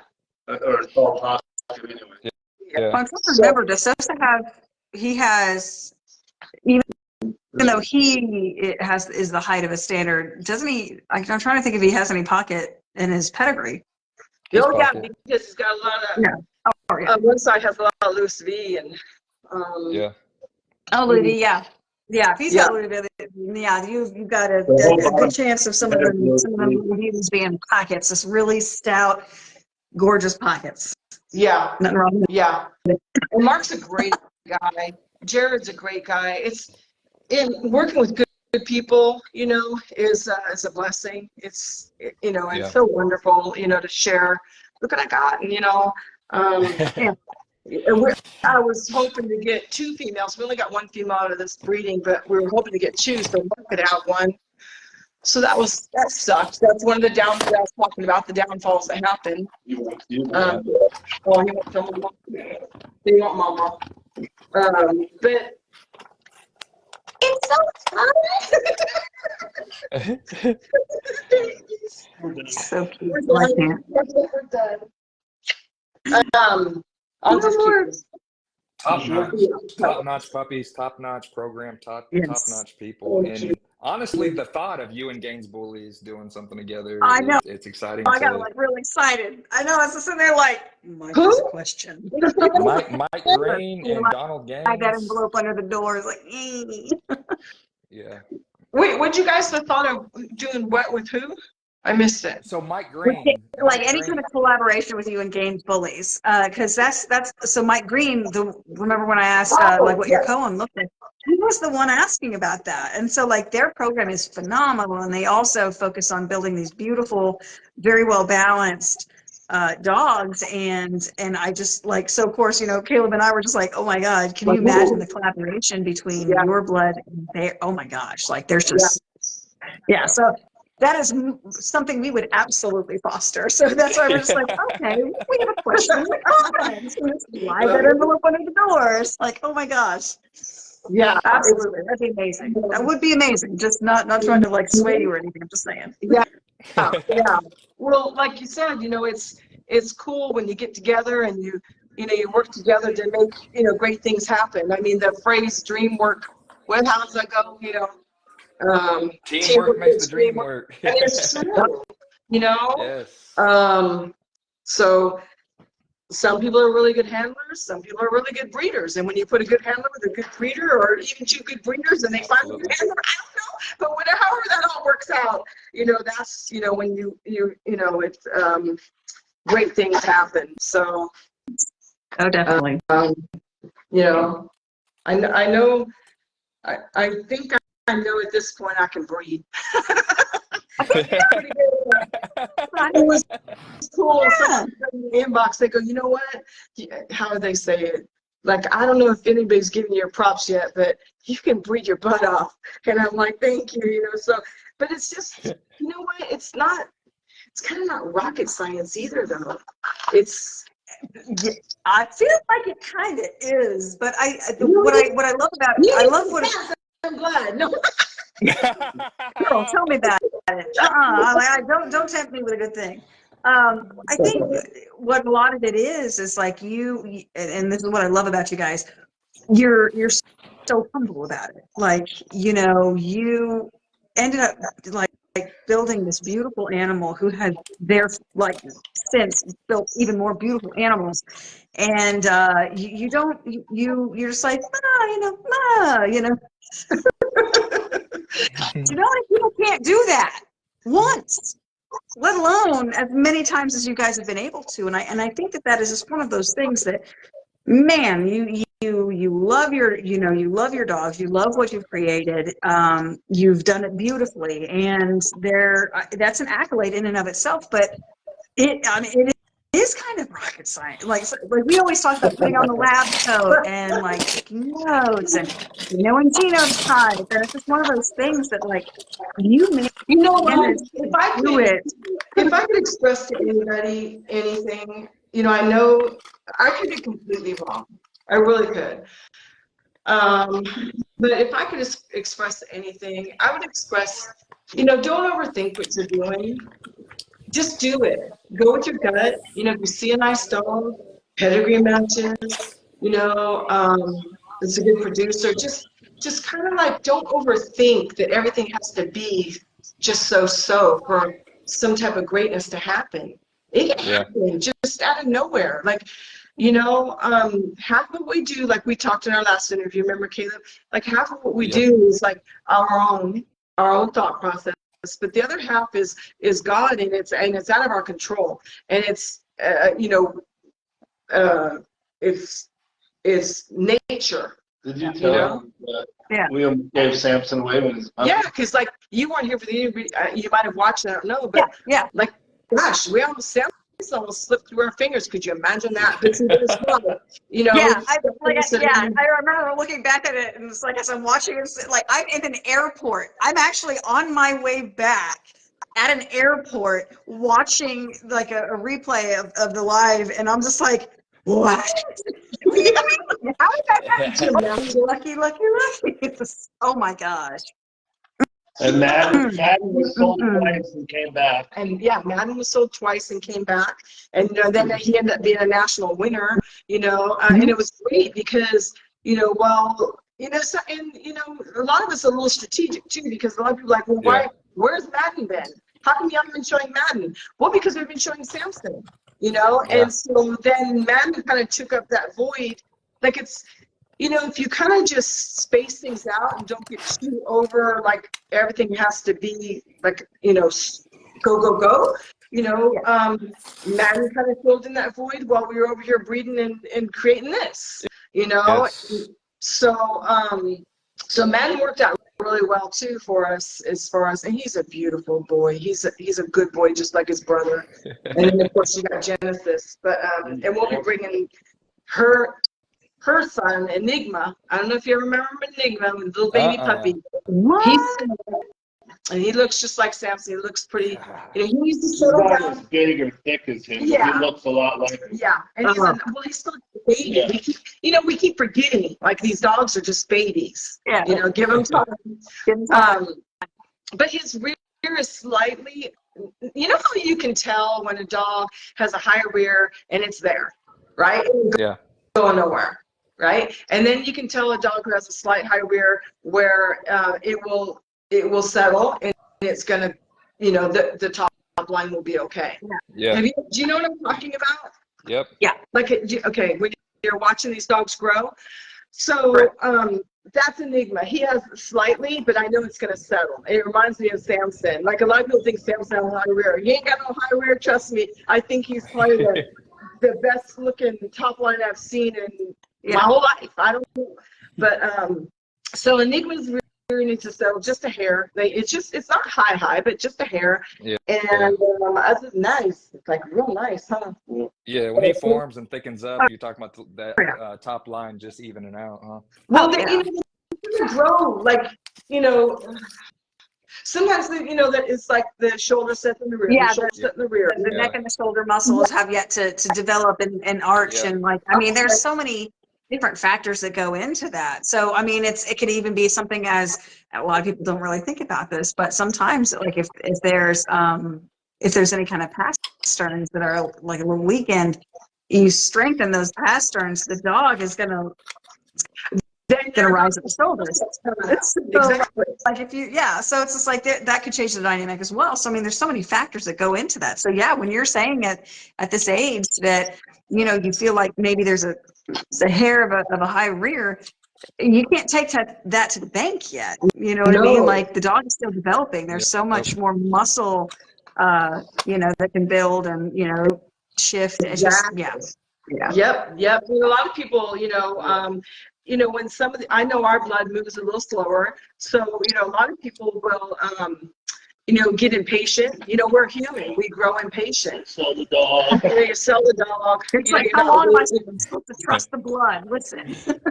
You guys, so we did, you're going to die. We experiment too, but we did this breeding. I don't know if we talked about it in the last show or not, but don't judge us. But we did this breeding. And it was a inbred Samson son, because we wanted to see how tight, inbred Samson son to an inbred Samson daughter. Wow. So, anyways, only 2 puppies, and Mark was on the way home, and I'm like, do we have cyclopses? Like, what do we got? So they looked at me, like it was like scary. I'm not gonna lie, we were really testing the boundaries there, and we were pushing the boundaries. But the one came out really nice. I'm not kidding you. It could go to UKC. Like, it's not a big dog, not a huge thick dog, but a really nicely put together, nice breed type, yada yada. Then you got this other one that was big and thick and beautiful as a puppy. I posted him. He looks just like Messenger, but better. Like, you know, Wow. Yeah. I'm kind of rough on Messenger. Sticker the messenger. Yeah. So anyways, this dog, you guys, he was nice as a puppy, but then come 5 months or so, he fell apart. Oh.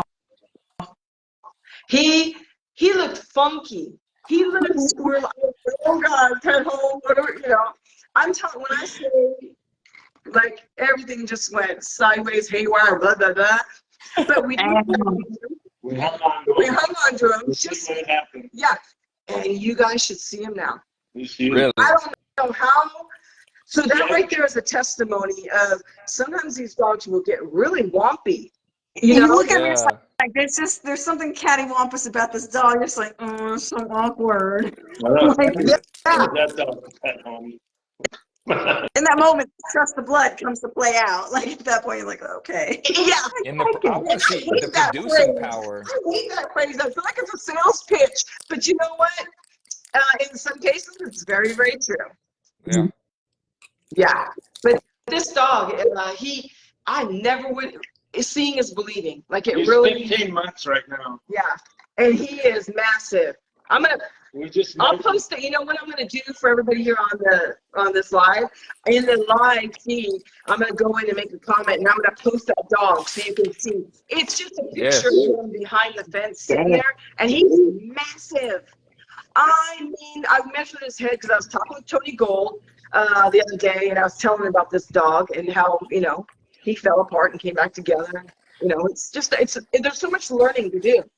And I got massive, Tony. I mean, it's massive. It's got to be 27, 28 inches. Gosh. So we went out there because we did a breeding. By the way, we got a breeding coming up with Trinity. Woo! And so I measured his head. It's 27 and a half inches. So It's what? 27 and what? 27 and a half inches. 15 months. 15 months. Big old head, just like his grandpa. Ridiculous. Wow. Yes. And so he is an inbred Samson son to an inbred Samson daughter produced him. Yep. Yeah. He is We won't be able to use going Wow. to him. produce How with an outcross. That boy is going to throw his look, his lineage every single time. Yeah, you take Dang. that boy to a nice, clean female, Yes. and I would love to just see what. I can't do nothing with them. Yeah, we can't. I can't touch him. It's too much. It's too much. Yeah. What could I take him to? You know what I mean? Like, unless I, Buy a female for him. yeah, I'd have to buy a female, you know, and then of course I could use them that way. Yeah. But it'd be better to do like a some type of collaboration with him, and see what we come up with and get a puppy that way. You know, versus bringing another dog. I don't need another dog. I don't need another female. I have too many females that I'm already like, okay, you got to go because there's some nice females over here. It's getting to the point where like some really nice females aren't being cut. Bullies. Yes, and everyone that's Bullies watching, have got some really good females. everyone that's watching or that's going to watch, like to hear about this boy, he is off an inbred Samson son, inbred Samson daughter. Crazy, How huh? tight that is, how the features are going to come off every breeding he's a part of, outcross because obviously how inbred he is. But that boy, I'm interested to see someone really spark your interest on that because that's going to be beautiful. So, okay, so how was it inbred on the one side? So it was Trinity, Samson daughter. Okay. Yeah. Samson, Oh, yeah. Samson the Trinity. So Samson to Trinity, which Trinity is amazing. That's Messenger. Trinity has produced us some nice dogs. Oh, so Yeah. that's his brother. Wait. No, I'm all wrong. Okay, wait. No, Messenger. Sorry. I was thinking of Matthew. So Messenger, you know Messenger, right? Mhm. That's the inbred, so that's Trinity is with mama to Samson. And then the other side is Rory. I don't know if you guys know of Rory, which is a Samson daughter, goes up to Samson. So that one is, well, they're both outcross females, right? Basically, they're both out. So maybe that's why it works because they're both somewhat, they're Samson, Absolutely. but it's not like I inbred and then took them, if that makes any sense. Yeah, the outcrosses let the blood breathe enough where you can actually do the inbred to inbred. Right. Right. It was perfectly done, and it Very well hit. Yeah. Where's the pick? The guy goes. Oh gosh, let me see if I can. Okay, hold on. Let me see. Here, hold the puppy. You guys, it's just behind the fence. Here, hold this puppy. I'm just like, I'll hold the puppy. Give me the puppy right now. I'll hold the puppy. Hold on. Gladly. Okay, let's not wait. Let's just do this. Hold on. Yeah, come over here again. Hey, Okay. hey, don't threaten me with a good time. Listen. Okay, so now, mind you, these are just this is just personal stuff, it's not post-worthy stuff. Okay, so it's just behind the fence. How do I get on your guys live on this phone? Oh, here, live. Oh, here we go. Okay. I'm not sure, like, how pictures, like, if it does. I Oh, you can't never know. Wait. I don't know either. I don't know if you can, I don't know if you can do it like during the live or if you have to wait till after. But like if you have it on a separate device and you're looking through one camera, you can actually put the phone like up to the camera maybe, and that might do it. Okay. So can you see him? Yeah. So now Oh yeah. he looks short, right? Okay, hold on. I'm gonna show you another one. He's huge. He's massive, and he looks short, right? He's not. He does. He's like 18 inches tall. Really? He's just so thick that he makes it look slightly shorter, like he's a tall pocket, like 16 inches or so. But see his head? Look how big his head is. Yeah. Chomp. You said 28 and a half at 15 months? Yeah. Big old boy. But I mean, what's his speed? look at his head. His feet were all funky and like Willy Wonka. Like the dog completely fell apart, but then came back together. It's just nuts. Yeah. Is that Joe? Joe, Nice. I think I wouldn't mind using him. I have an outcross female here. Yeah, I mean, maybe we could, I don't know, but it'd be kind of cool to experiment and see what we come up with. Yeah. I mean, it has to be a really nice female, Oh, absolutely. because I'm not. So when I don't know about you guys when you're mentoring people, but when I'm mentoring people, when you get away with something, let's say you get away with something,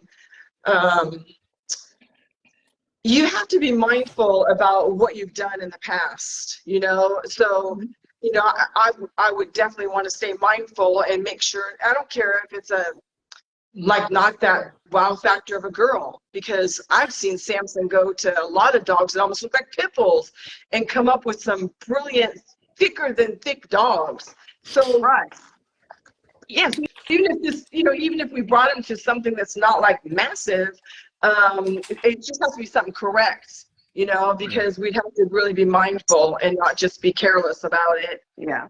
But it would be cool to see. Yes. So we've got a couple questions from our viewers. One of which kind of harkens back to us talking about longevity and health and just trying to make sure that we implement that as much as possible. We have a question that says, do you do any genetic testing? Yes, we do. Mostly on Sam. Well, we did a lot on Samson. I don't really. We do, but not extensively, right? We don't. I mean, we do the average. What we are focused on most is the heart, and the breathing, the heart, the hips, elbows. Yeah, cardiac. Yeah. Yeah. But we're not into, like, if you could say per se, like, colors and all of that. We don't do all of that because I'm not really interested in colors. So because I'm not really okay, so I love it, but it's not like something I'm breeding for. Yeah. So it's second, like I'll learn that when I learn it. I mean, I know like the dilutes because that part is a health thing for me. So the dilutes, it's like, you know, you gotta be careful. Right. So they're like, no doubles. Oh, God. Yeah. So you really don't want to double up on, and dilute is one of them. Right. Do you have a feeding regimen by chance for your dogs that you feel has been pretty successful? It's kind of just What we feed them or how we feed them? Or when we feed them? Both. I mean, honestly, because some people, they feed twice a day, once a day, Just fasting once a week, and then obviously what you feed them. So yeah, both, sure. So like once a day, we feed them. They pretty much every dog gets 4 cups of food. Like, so in other words, if it's some days it would be just kibble, some days it would be kibble with like sardines. Some days it would be kibble. Always rice though. Yeah, we've been putting rice in lately. Okay. Not a lot. So like we put like 4 cups of rice for 30 dogs, if that makes sense. You know what I mean? So it's just enough to like give them a little bit of something in there that We'll start with sweet. Yeah. And Does the feeding regimen, does it change when you're really getting a dog ready for a show No, or campaigning a dog? no. Really? And I just started thinking about that. Like, God, could you imagine if I like prepped it Up a smidge? Oh man. Yeah, I'm telling you, like the big guy gets peanut butter sandwiches for a week before we go to a show. I mean, it doesn't do much. Y'all just won nationals, so I think that your feeding regimen is just perfect. Whatever you're doing, it's working. The dogs, and some of them you have to cut back on. Some of them We give them raw. Oh, and then they get their mostly raw lately, huh? We have been doing a lot of raw lately. Just not. We do like 5 pounds a day, and then we mix it all in the kibble. Yeah. And then it's split between all the dogs. So not getting a whole lot, but it's mostly just for nutrition. Yeah, it's not to like prepare them or keep them a certain weight or to keep them a certain look. It seems to be like no matter what we're giving them, I don't see no difference if you want the dogs out of school. I don't. Genetics. Oh, I know. Genetics, that's what Angel was saying. He's just like, well, you really don't need much when you got Samson in the DNA. And he ain't wrong. So one of our frequent viewers, Adam, he was mentioning possibly trying sweet potatoes as an alternative to rice. Is that something that you think would be something that I wouldn't recommend sweet potatoes. You want to know why? Because sweet potatoes is going to bring on. We don't have a yeast problem, but I will say that Chunky did. Samson's mom. Well, I wouldn't say she had a problem. She was a white dog. So when she was my very first dog, and she used to get slightly red between the toes. And remember I said I'm a perfectionist? And of course, she was at our store every day. So I wanted her looking all white and pretty and, Snow White looking. So anyways, long story short, I found out that sweet potato, believe it or not, is going to create yeast problems. Interesting. I'll have to look into that. I have my lilac is he's actually double dilute, and I have to be careful with what I feed him as well, because sometimes he gets a little yeasty between the paws. Only in the paws, it's nothing else, no other issues. But right between the paws, get a little pink, and I'm like, so I have to change his diet. Yeah, and so what I did with Chunky, it was the same thing, just a little bit of red there, and it bothered me and everything. So here's the thing: I found out about the sweet potatoes, and so then I found out, you don't want sweet potatoes to be definitely in the top 4 or 5 ingredients. Okay. So if you can find dog food, that's what we use. We use, nobody hardly uses it, but we use Wholehearted dog food. I went through, I wanted to figure it out. It took me a while to figure it out. Yeah. But I was paying $120 for a bag of dog food. Nothing worked until I figured out the whole sweet potato thing. I don't know how, don't ask me why I figured it out, but I figured it out. I heard something somewhere, and then I started checking the, I don't know. But so anyways, don't have that sweet What's it called? Huh? What's it called? It's called Wholehearted. I can send you it's called Wholehearted Dog Food. Wholehearted. Gotcha. Wholehearted. I can actually drop the link in the. I just wanted to make sure I was looking up the right thing. I was like, if I spell this wrong and I end up in a bad website, I don't know how I'm gonna get out of that. Wholehearted. And so if anybody out there has like a yeast problem, like you said, like red between the toes, or if they're constantly getting, yeast in their ears and stuff like that, sweet potato is not the way to go. That's just what I have experienced. Well, that went away. And none of our dogs, we don't have a yeast issue at all. We've used Wholehearted. We've changed a couple of times, because why? I don't know why I'm trying to fix what ain't broken, but we've always gone straight back. Like we'll change for just a minute, and then we're like, no, back to Wholehearted because it works, and but we don't have no yeast problems. No, we don't have none of that going on. So you should try it for your one dog at least, and if you like it, then you might see, if all of them. Now, see, some people are after a lot of protein and fats and certain things, and maybe you could use Wholehearted, during the certain months where you're not, like when you're not preparing them for the show, and then go back to whatever. I don't know what people do. But, Whatever mix I have therein. Yeah. So, hey, real quick, with y'all's puppies. So y'all have a lot of mass now. I know you said that you always want a functional dog, and y'all have created that a functional dog with beautiful mass. But the puppies, a lot of people put, like you were talking about, too much protein, things like that, break down the puppies at a very young age. Yes. How do y'all let your puppies develop, and just with the first 8 weeks, like, because I know a lot of people, like I said, just pounding protein down them, and their pasturing's breaking down, the dog's breaking down. So let's really highlight the importance of just letting the puppy just be a puppy. Yes. Not putting too much weight on them. And like don't get impatient. Like just let them, even if they get skinny and ugly, like who cares? We don't feed our dogs. Our puppies puppy food. Yeah, like okay, so when they're babies like this, I'll give them, we do the kibble. Yeah. Like when they first, when we're talking dog food, when they get to that stage. So we'll do the kibble, you find the kibble, and then I take some bone. Bone. We could get that bone. It's bone. I don't know, crushed bone something. And so I'll take a scoop of that, put that in there. Of course, there are vitamins, rice. I mix rice in there. A lot of people, you have to remember that puppies need fat more than anything.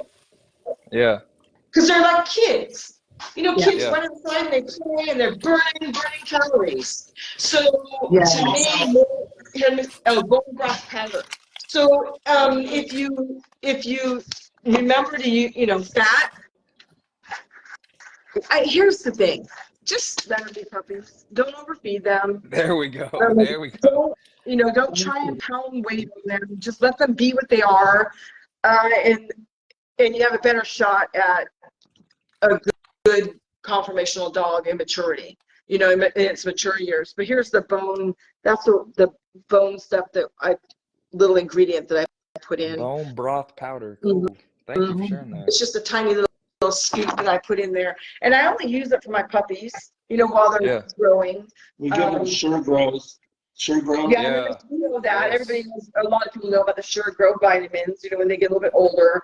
Mm-hmm. But we don't feed puppy food to our puppies. I mean, we don't buy a bag of puppies. Yeah, we don't even feed. They get whatever the other dogs get. Oh, because it's all like stages too. We get the all life stage one.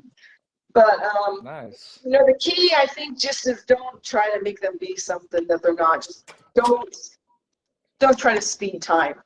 Just what are you gonna do? Overfeed your dog for the rest of its life? Because if you're gonna do it as a puppy, then when do you stop? you know, Yeah. right? Yep. So just And don't I just even wanted to highlight have that it. because y'all's puppies look so proportioned. They look so girthy, but they're not broken down. Y'all aren't adding unnecessary weight on there. You're Right. letting them develop, letting the genetics do it. But I just want to highlight that because y'all are so good with the puppies. Yeah. And I don't, we feed them like right now, these guys are 5 weeks and they're already basically at 3 feet, you know, because they get so big so fast that a lot of times at 5 weeks, they're already completely weaned. You know, Wow. some litters you have to start Wow. weaning at 3.5, 4 weeks. Yeah. But these guys are completely weaned. Mama will feed maybe once a day or twice a day if she, you know, but they're weaned. And so they go only 3 times a day, basically, I'm feeding them. It's not like I'm feeding them every 3 or 4 hours or something like that. Yeah. You know, they're big, they're healthy, you know. So Yeah. Yeah. Yeah. I love what Angel put in there. He said scheduled feeding instead of free feeding because that's when a lot of breakdown happens with the free feeding because people, like, hey, my puppy's still hungry. Well, yeah, of course they're gonna eat, they're gonna poop, they're gonna digest Puppy what they won't don't need stop to. eating. But scheduled Puppies feeding, will not. yes.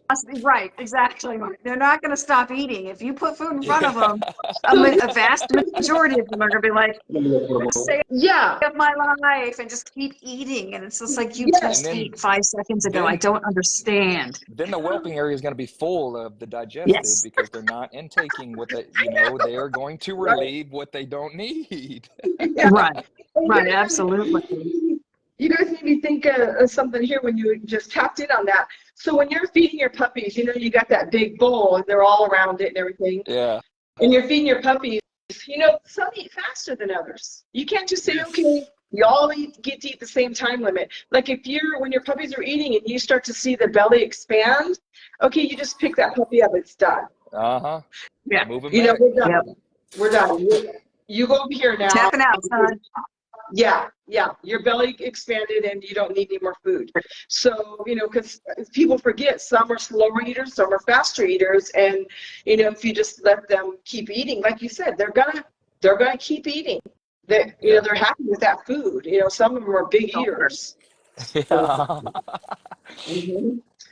Hey, I So love what that's Terrence Reed put. Like Terrence Reed actually created this. It's like a bowl system. Like they get like almost like a 2x4 in between each. Yeah.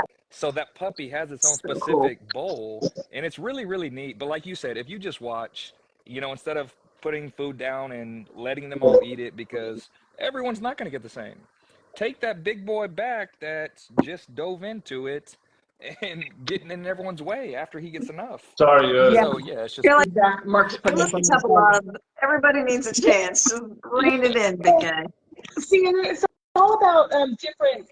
It's hard because the cord is now underneath the phone. Hopefully that works. Get in here. But here's the thing too. Like, you know, it depends on. You have to. I feel like a lot of it. You know, the whole puppy stage. You're doing a lot of socialization, a lot of training, a lot of all of that. And with the bowl, you could do separate bowls as long as they're all together. You know, because you want them to never be, resource guarding. yes. Yeah, They still have to be in the same general vicinity. So that, yep. yeah. If you're going to do separate bowls, make sure they're all together. Yep. But and if they're not, if you do it like we do it, like I said, you're done. You're full. We're good. I never really think hard on things like with the feeding, with the weight when they're born. Even I don't even really weigh my puppies. Like a lot of people will weigh them each day. Mm-hmm. I don't do that unless I get excited. I'm like a little curious, like it's a week old or whatever. You've seen me do it, like Liz, okay. But the only time you'll ever see me do it is when I feel like, wait a second, because if you just pay attention to what's going on, you'll see it. Yes. Is when a puppy might not be progressing like it should. Then I'll be like, okay, do we have a problem? Now let's start weighing. But I just, I think if you just are mindful of everything that's going on around you, and like even when you're feeding, because not every puppy is the same either. So like let's say like you said, sometimes the pasturing will go down. Okay, so let's lighten up on that puppy, during that teething stage, because usually that's when the pasturing go down. Is how much battery do we have, babe? Nothing? Okay. Because a lot of times that's when the pasturing will go down, is through that teething stage. He said nothing. We don't have any battery. You got to Oh, plug it back in. Okay, we're 17%. I'll just stay there until we're at 5. No, that's me pushing the button. But so It's fine. just let me puppies. What else could we talk about?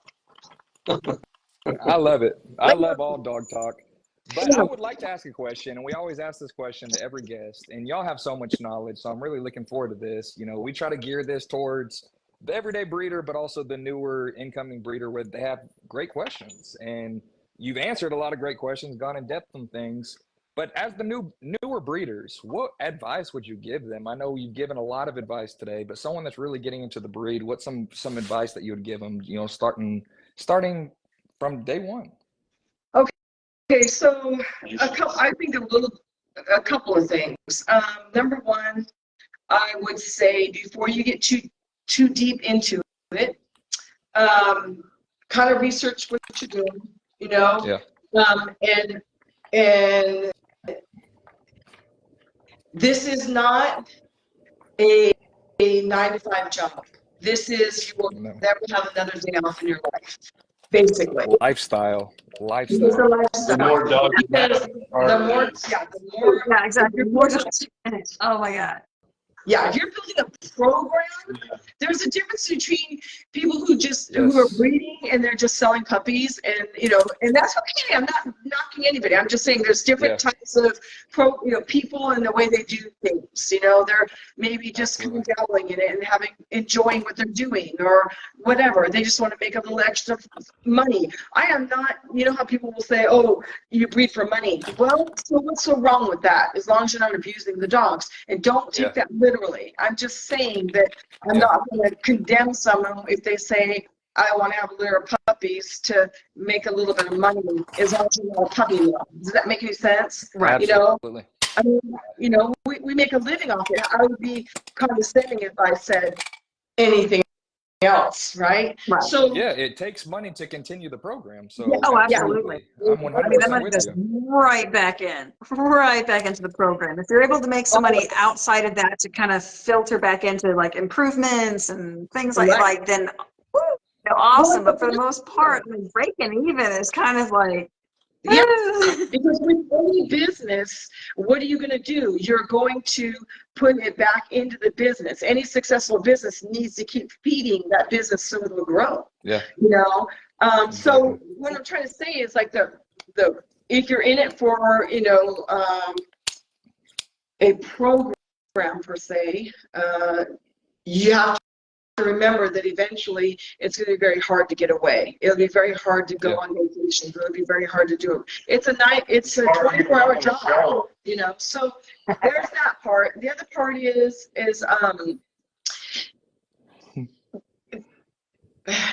people matter.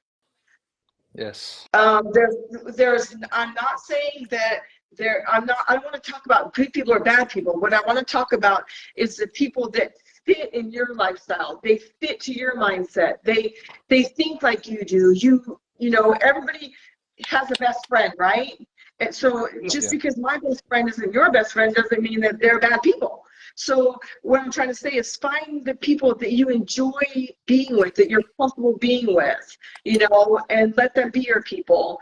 Because people matter, because we need to uplift each other and keep each other happy and, feel secure and blah, blah, blah. So there's that part.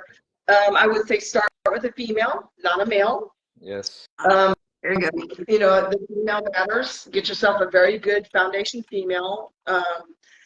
Do your homework. I had a couple of really good ones, and I can't remember now. no. Shoot. Happens to me all the time. I'm like, oh no. But what I love about you while you're thinking about that, Miss Tamarah, like I love that you're constantly putting that out there every day. You're constantly giving that positive advice, and it's always positive. You're always giving back to the community. You're always pouring in, and it's always positive, influential things. And I hope you realize the influence you have on this bully community. You know, everyone that you touch, it's amazing. You know, the first time that we interviewed you, like it just felt like family, like, and me and you stayed in contact since then. And it's just always encouraging words. It's always very, very positive, and you're showing people how to do it instead of just telling people. And that makes such a big difference, but because your program is second to none, Thank and you. you're doing it, showing it, but also with a positive, and I love watching it. Thank you. Y'all are We some of my hit it favorite off. breeders. Yeah, we hit it off real good too. You know, our first interview, it was so great to get to know you and talk to you. But, you know, I want to also say, like, don't like, I have my bad days too, and I can be very unpositive, just like everybody else. But I do try to stay. You're human. Oh, no. Yeah, like, yeah, right. You know, but you know, the thing is our mindset matters, and I have to shake myself out from time to time. Like, stop thinking that way, because you're your worst enemy when you start thinking any type of negative thoughts. So the more you can snap yourself out of any type of negative and put yourself in a positive, trust me, everything else follows suit. You know. I love that.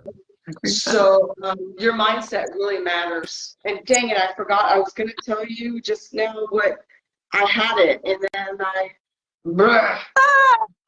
I had it, then I didn't.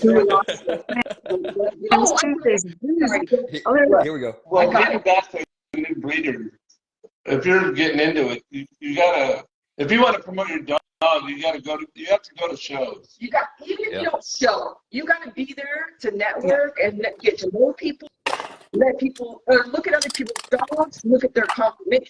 Here's the thing, you know, I have conversations even with people who have very unconformational dogs, and all of a sudden they want confirmation, and it's a beautiful thing. Yes. Right. And I tell them, you know, once you see it, yeah, you can't unsee it. It's there. Now you know what you're looking at, and so now you're always going to know the right and the wrong from whatever you've learned, right? But I want to express this to new breeders. So as you're learning, okay, first of all, you want to try and find success, and try to find success, mentors that are successful, number one. Because why would you go to someone who's unsuccessful to learn? That don't make no sense. Absolutely. And number two, if you're doing good and you feel good, and how do I say this? If you are on the right path and you've got a good gut instinct,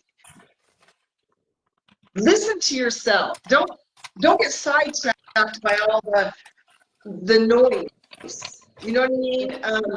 Do what you feel is right for your lifestyle and your program. Always. You know, because if you fail, you should fail off of your own mindset, not from what other people are yakking in your ear about. You know what I mean? Like, use this dog or that dog. If anybody's mad that you don't use their dog, or you're not, you know, whatever, that's just kind of weird. Because what we do is, right? Because what we do, it's not about, like, I'm not using your dog because I'm talking about good dogs. I'm talking about competition here. Yeah. You're doing it because it fits. You're not doing it because any other reason. And well, you shouldn't be. You should be doing it because it works for you, and it works for the pedigree and whatever blood you're using. So, like, for instance, let's say I'm working with, you know, all of my bloodline. Well, if that bloodline over there doesn't fit my program, it doesn't mean I don't like that dog. It just means that it's not working for me. So sometimes people will be in your ear like, well, why are you using this and you're super using that? No, you have to do and think for yourself. So I love that. You gotta do something. Yeah, you got to do your homework, get educated and think for yourself, and don't let other people sway you from the path that you're on, because then it's not your success or your failure at that point. Right. I A love lot of that. times it'll be failure, because a lot of times people might be in your ear because they see you doing good things, or they see you spending money that they don't have, and you know how it all goes. That's why Absolutely. a lot of people Absolutely. breed with the same dogs as they don't want to do the homework. Or they follow suit. They follow suit without thinking too much about it. Yeah, doing the research on their own. Yeah. Yeah, exactly. So that's another thing that I would recommend. I don't mean to say to put anybody down. I'm just saying that's the trend. Yeah. You know. Yeah. Right, Don't be right, trendy. absolutely. Unless it's working for you, or if the dog is producing, greatness or whatever. Everybody has their own thing, and we shouldn't. What they don't understand is certain bloods click with certain bloods, and that's what they Yeah. kind of need to find out. Yeah. Yeah, absolutely. And just sitting there kind of coattailing, you've got to be willing to do the research, because I mean, what if you've got this new blood that you're working with, you're super excited about it because you were recommended by somebody that mentored you. So you're sitting there thinking like, okay, I want to either recreate this blood or continue it, or I want to kind of add something to it. So like you kind of got to have a vision about it too. Like I hate the word vision, but at the same time, make a goal. You need to have an end game, like Right. path, You're because like, otherwise you're just going to coattail it. Like you're really not going to know what you're doing. You gotta know 2 or 3 moves ahead, like breedings, like Yeah, 2 or that's 3 another breedings down the road. that's another thing. Yes. Yeah. You want to set bloodline, you want to set up strands off of these bloodlines, so that, like I was explaining at the very beginning of our conversation, you do this whole setup for years. Yeah. Because this takes years. Like to breed a bitch and bring her to breeding, we're talking 2 years. Yes. So, it takes years to set up these strands of blood so that later on you can cross them. And that's what he's talking about, how you have to think in advance, years in advance, How and you're going to cross the strands and lining them up. Yeah. Right.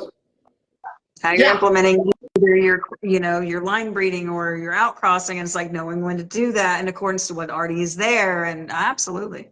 Right. And then, that worked. So let's grab this to go with that, in 2 years from now, however you want to say it. But you're like me, you hate those cliche words, but actually in all reality, a portion of it is very true. Stick to your original vision. That's the common word out there, but, stick to it, and don't let people sway you from That goal. what is working for you. Right. Yeah, or sway you from people, or what. Anybody who comes up to you and is like, hey, don't go over there or that, or that, why are they doing that? Just decide for yourself. Unless it's somebody who's really like gone off the charts, like animal cruelty or right. Yeah. But decide for yourself. Decide for yourself. Yeah.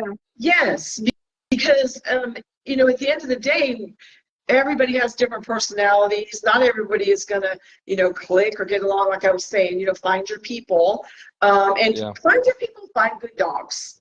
Yes. And start setting up your strands. Get yourself a good mentor. Start with a bitch, and stick to the goal, the vision. Yeah.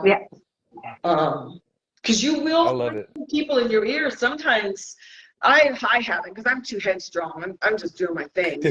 Nobody can sway me. Like I remember when we first started out, our handler said, well, people don't go to different registries. I'm like, well, I will be. You know what I mean? Like, dang right. But I'm not. Why would I limit myself to one registry? No. Why would you do that? Why would you not? First of all, number one, enjoy your dog. And number two, why, if you're going to only one registry, you're limiting your exposure. Oh, Yes. very much so. Very much so. Yeah, because that's all the more exposure. That's 5 times the exposure and 5 times the fun, you know? Someone Yeah. said to me, you know, well, what registry is the best? And I said, well, I don't really look at it like that, because there's different levels of platforms. You know, you might be going to this registry because you want to, you know, get your feet wet with certain dogs and then bring them over to this registry. Every registry has its value, is the way I look at it. That's very much so. I agree. Absolutely. Everybody knows what the #1 registry is. I mean, it's only common sense. Everybody registers their dogs through the one registry. Yeah. Yeah. But Absolutely. But they're all providing a platform for us to showcase our stuff. But That's Right. what I love. Some places have more Absolutely. shows, like some registries have more shows within your region than the others. And it's just one of those things where it's just like, sometimes it's just easier to get to this other registry Yeah. show than it is to go, you know, 8 hours Right. this way. I mean, Yeah. it really is about, just like you said, it's just like getting your dog out there. And it's just like, while you go to certain registries for, you know, certain marketing, you know, techniques or whatnot, for different clientele, like, I mean, just getting your dog out there and having experience with, you know, and experiences with them, with, you know, fellow handlers and owners. It's just, I mean, what good excuse do you have not to do that? Yeah. You know, and this is my mindset. I'm going to go to the registry where I feel most comfortable. I don't care who. There we go. I don't Absolutely. care.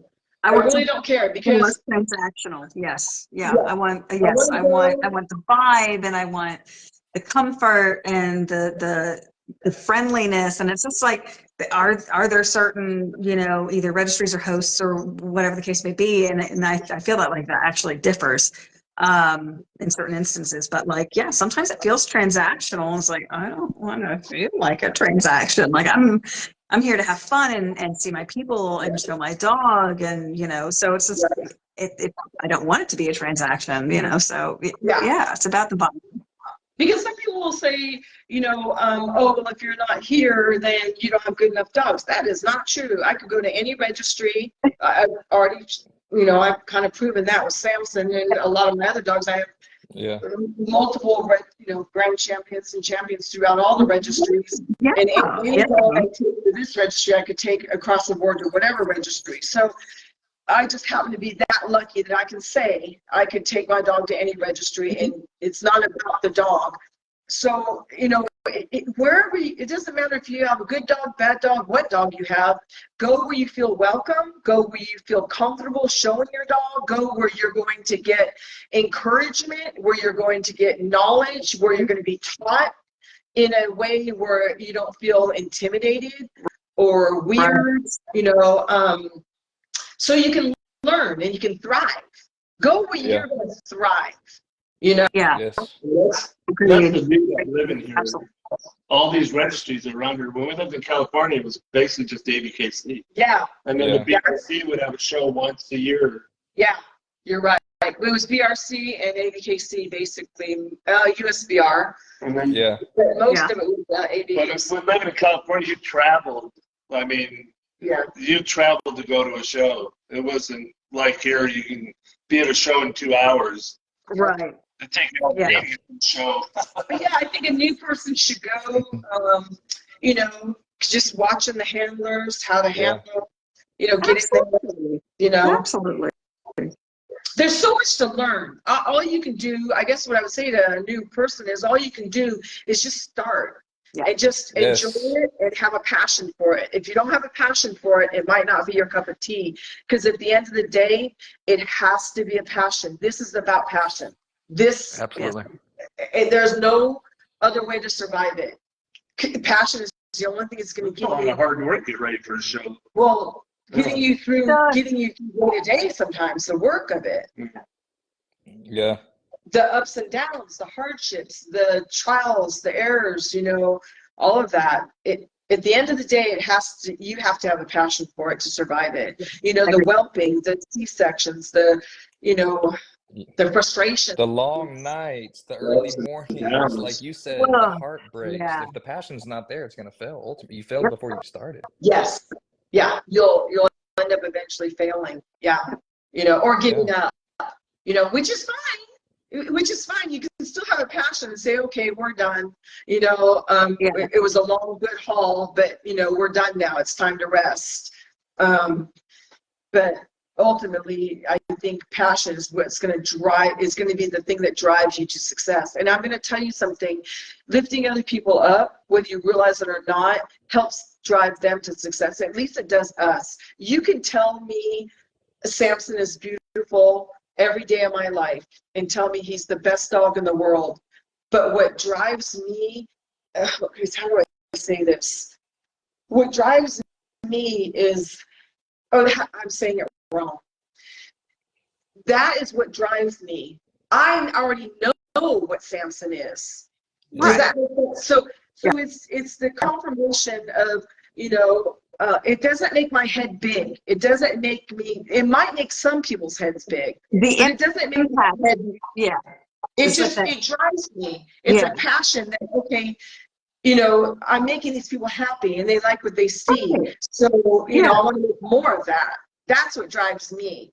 Knowing that you have even if it gives them a little bit big head, and if you feel like, oh God, I created a monster out of this person, well then back off. But for the most part, let them manage it themselves at that juncture. But no, absolutely. And again, that I kind of feel is like kind of why, we do what we do every Tuesday, is that, we thrive on knowing that any piece of advice or any tidbit of information or sharing of experience from us or our guests, it's just like, if that could impact even one of our viewers once, that's enough. Absolutely. Like for us, that gives us the reason to do small, right? It doesn't even matter how small it is. It could be as simple as the wholehearted that we talked about. If it helps one person with they could have been frustrated for 2 years straight with those red paws, and oh my God, and then we never even know it, but they fixed it, and now their life is better.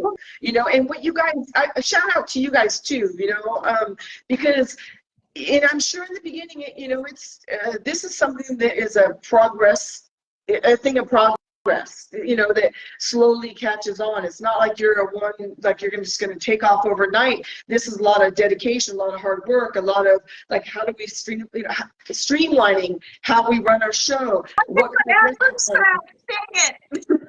Huh?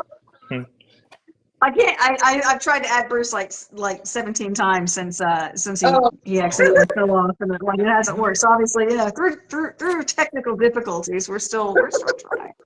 There's so much to learn. And so the thing is it's persistence, and with the way you're helping viewers, through all this information, how big or small it is, or through whatever people, whether it's handlers, whether it's breeders, whether it's whelpers, whether there's so much information to be shared with each other as breeders to help each other grow and thrive and do better. And when we grow and thrive and do better, what's going to happen? The breed itself is going to become better.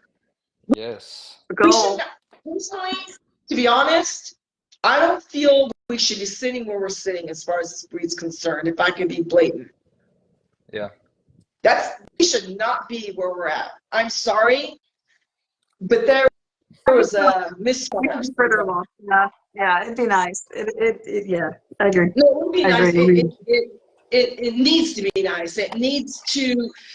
We need to have more love for what we're doing for these dogs, in my opinion. If I can be blatant, because I love these dogs and this breed, and I wish that I'm so tired of hearing it's new.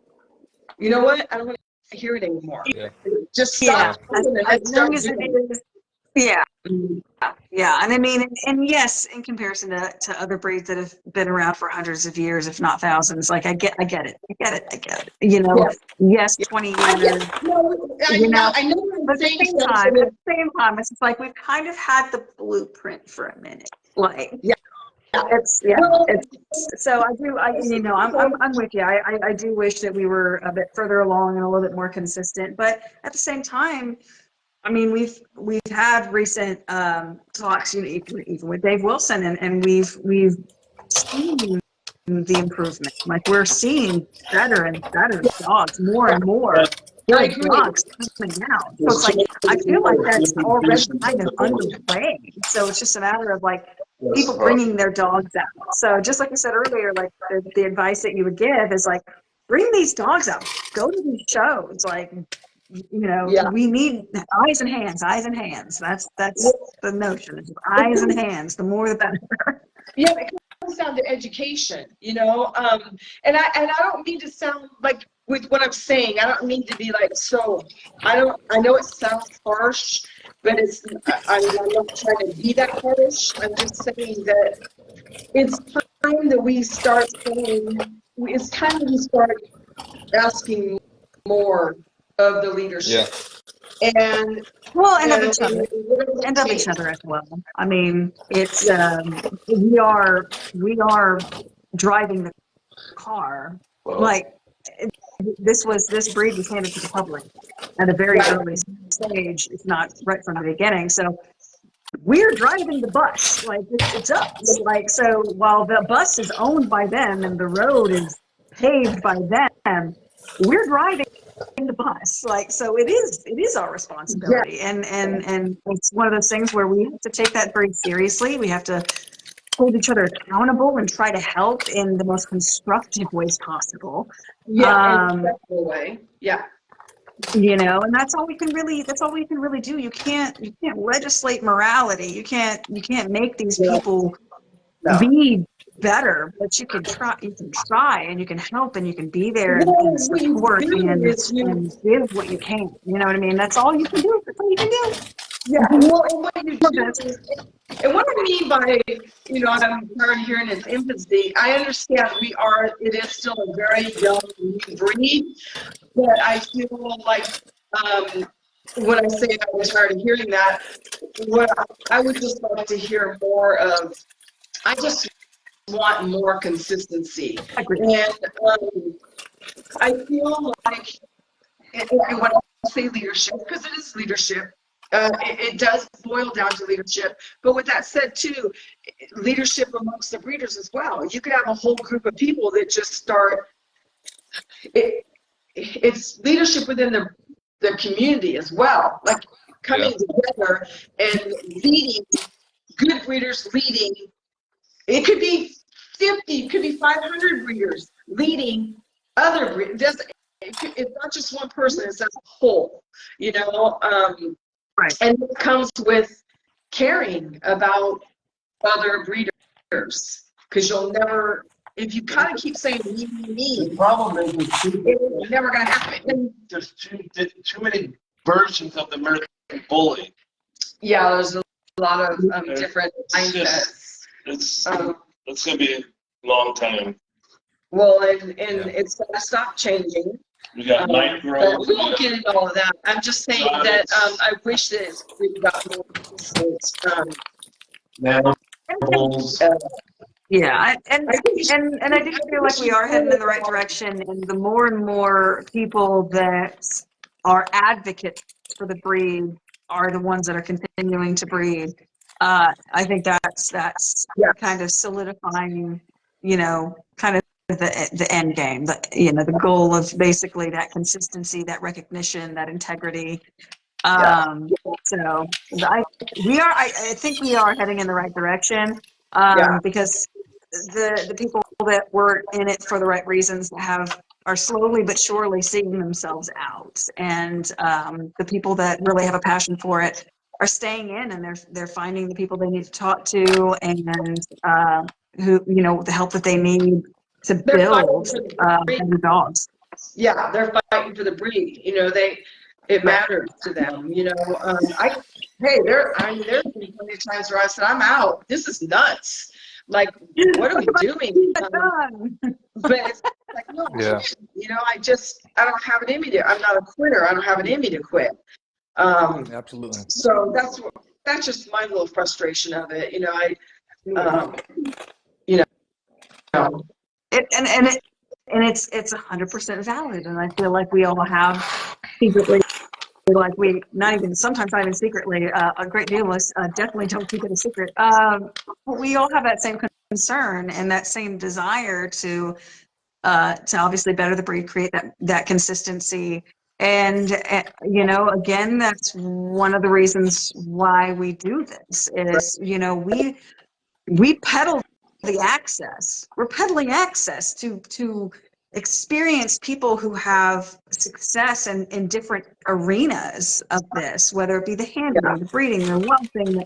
So it's like that's what we're doing is we're trying to give more access to, you know, these mentors, whether intentional or unintentional mentors. Like, 'cause the thing is, and we're talking, but these You know, viewers, like they're going to take a piece of information, whether you really like, you have no idea that that's happening, right? That's happening in the ether. right. But they're going to take that information and they're going to build a better dog. They're going to build healthier dogs, more consistent dogs, and it's going to be because of this discussion right here, and that's why we do it. Right. Pulling different things from different people, different breeders, the way they do things. But at the end of the day, there just has to be more structure. You know, you know, even if they pull it, and I'm talking about registries. There just simply has to be more structure, more accountability to what they're doing out there. They're a registry. They're pulling in money. They need to be held accountable to how they're leading this breed. They are the leaders of this breed. And in a sense, they're the ones, you know, they're the ones out there saying, this is what we want the dog to look like, you know. As a breed club would. Yeah. I think that's, I feel like that's low key the thing that we're missing. We need a breed club, like a breed club. Like, you know, that's another thing, like AKC, for example. AKC, they don't acknowledge a breed until they've worked hand in hand with that particular breed club to establish those breed standards, to make sure that the dogs that are coming out are healthy, all the things that go into consideration. But there's an established breed club that makes that possible. Right. So we don't have one. So, I mean, we have the ABKC, but that's our kennel club. We need a breed club, and I do feel like there's a possibility that there's some things that are going on that are trying to aim towards that. That's another conversation that I'd love to have with Dave and the ABKC as well, kind of moving forward, because he did mention wanting to get more involved in the community in that sense, and I kind of feel like that was where he was heading with it, was to create more dialogue and more available resources.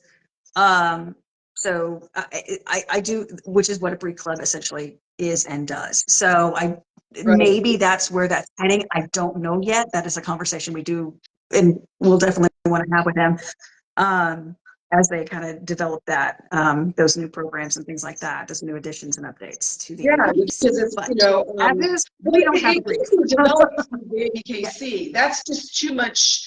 What do you call that? That's just too much control. That it cannot be done by the ABKC. It cannot be done by a registry. It has to be, a breed club has to be a separate entity. Because if a registry is creating the breed club, then they're in control of the breed club. You want a breed club that's in control of the registry. Does that make sense? Right. Yeah. Registry is that umbrella. It's the registry is an umbrella. It gives you a platform. It gives you the registry, you know, in order to keep your paperwork documented and things like that. The breed club is what sets the standard and what holds people accountable to meeting that standard. And holding the registry accountable. Exactly. Like, okay, we're a club or advocates, whatever you want to call these people that get together. So if 500 people go to a certain registry and they say, hey, we're not liking what's happening right here for obvious reasons. I'm not talking about stupid little things. I'm talking about things that matter. You know, we don't like what's happening right here because this isn't the way it's supposed to be. They're going to listen to 5 people versus 1 because it's a breed club. It's a club that's telling them, you know, governing the path of the way things, keeping them between the lines so that it's not just about their will, their wish. You know what I mean? Yeah. And their own agenda, however you want to say that. Yeah. It's for the breed. And I think if I'm not mistaken, Jonathan Foster might actually have some more information about this particular organization. But there's an organization in existence right now. No, not UKC. But I want to say, like, they're trying to build a breed club. And I know that he's working with them. And I'm trying to remember exactly like what stages they're in at this point. But I think that they're able to like work with the UKC right now under that breed club. So I'm wondering if that's something that we could also kind of look into. So I'll have to reach out to Jonathan Foster about that too, because I know that he mentioned we've had that conversation he and I have about the importance of an actual breed club, an established breed club. And he's like, well, there is one. I was like, what? Yeah, So the UKC. Yeah, so I probably didn't talk to him about that. I'd be like, what? Yeah. Now, the UKC does have a breed club. And let me clarify. Like, okay, so like when I say UKC has a breed club, before when we're talking about the ABKC, I was saying it has to be same thing with the UKC. The UK, it's under, kind of under that, in that realm of the UKC, but it's not like the UKC is governing. What I'm trying to say is the registry cannot govern the breed club. The breed club has to govern the registry. Yeah. And I feel like any breed club, advocate club, whatever you want to call it, you don't even have to call it a club, it needs to be nonprofit. Plain and simple. Anything that is profit is not going to be run properly. There's gonna be some room for buffoonery. Yeah, that's just my personal Yeah. opinion on it. Because, when it's nonprofit, then it kind of takes, if you take that dollar out of the equation, your mindset stays in control of, the original reason. You know what I mean? Yeah. Sometimes you can start to sway, the dollar will start to sway, thoughts and processes and whatnot. And I'm not saying any breed club is out there doing that. Don't get me wrong. I'm just saying that for the most part, utilize all those whatever towards education, maybe setting up booths at other, registries, whatever the case may be. Oh, yeah. I think that the UKC breed club or the breed club, the American Bully breed club through the UKC is doing a pretty good job. They just started out and they're doing their best. And at least it's something. This is dedication. This is time. This is your own time and putting in to this. So you're asking people to put their time and effort, like you guys do. Put your time and your effort into something that you're not even getting paid for, and that's a passion. Again, that's love for the breed. And so I commend them because they're starting something at least. Yeah, they're trying to head in that general direction because they saw the need. We're not getting paid for this tonight. I thought you and I have had this discussion on multiple occasions. Like, you don't do me enough favors to get paid. Oh my gosh. But yeah, it's not, nothing is cut and dry. I'm just saying that I think we all need to be held more accountable, be more, just try to get more serious about it. I'm talking about myself too. It's not like I'm saying, hey, you. I'm talking about all of us as a whole. I constantly am telling myself these things like do better, do better. Mentors, this, that, however you can learn. None of us are beyond learning. Oh, I learn something every day. If you don't learn something new every day, you're doing it wrong. Like that's absolutely. Just the way it is. Absolutely. Absolutely. I mean, again, like, I love where your head's at. I love that you have this passion for the breed and, you're doing what you can to make it better and to give it longevity and to make sure that you're producing healthy, well-constructed dogs. And I love that. I think that's great. we need more of you. And, you know, I love what you've been doing so far. And I'm really looking forward to seeing like how these, you know, these next generations are going to start, you know, building that for everybody else as a community. So yeah, very, very stoked. And I'm very honored to have had you on the show. So thank you again for coming. Mm-hmm.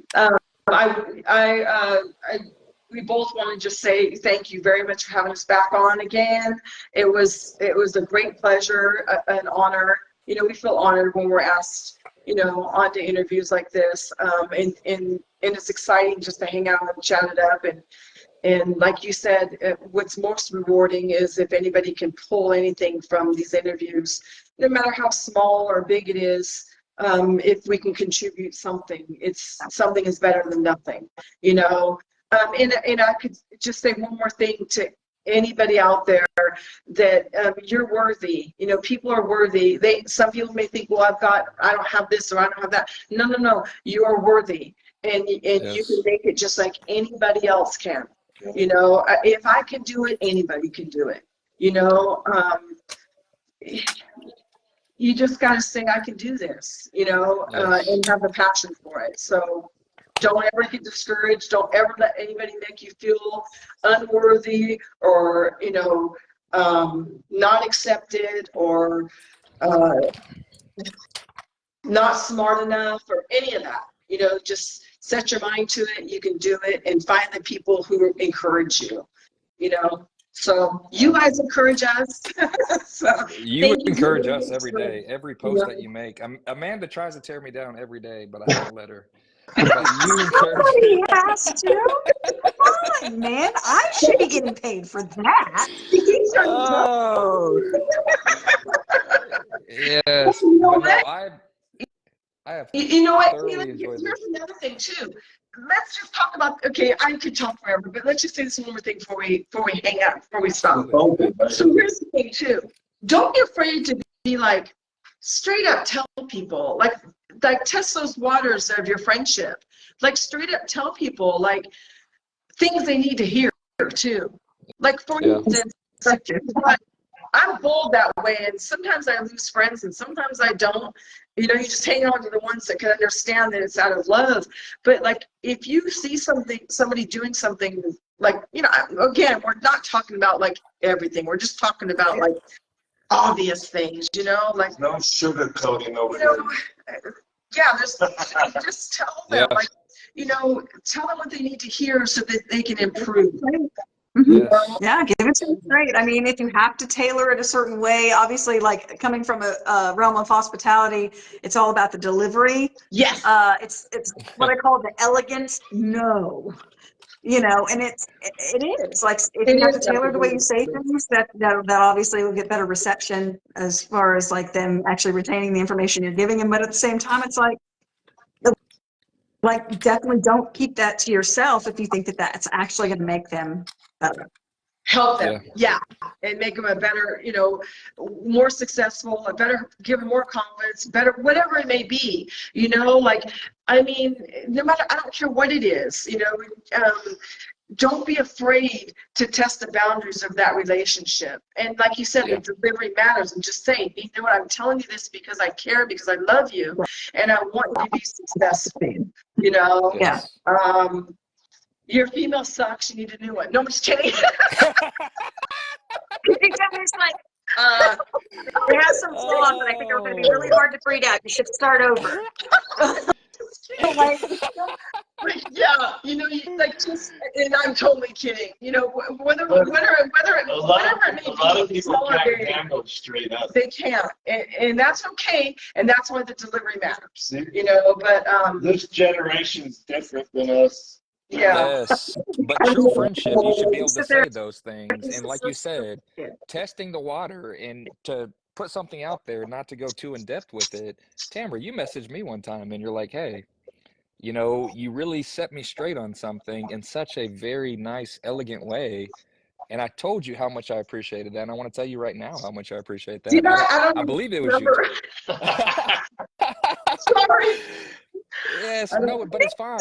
And when I reached back out and told you I appreciate it, you're like, Thank you, because I want you to know it's from a place of love, and I see that you're Yes. evolving, and I want to make sure that you stay on course. And it was so heartfelt, and for you to bring that up before we get off here tonight, like it really is. We need to talk about that because you reached out and you were that mentor to me in that moment.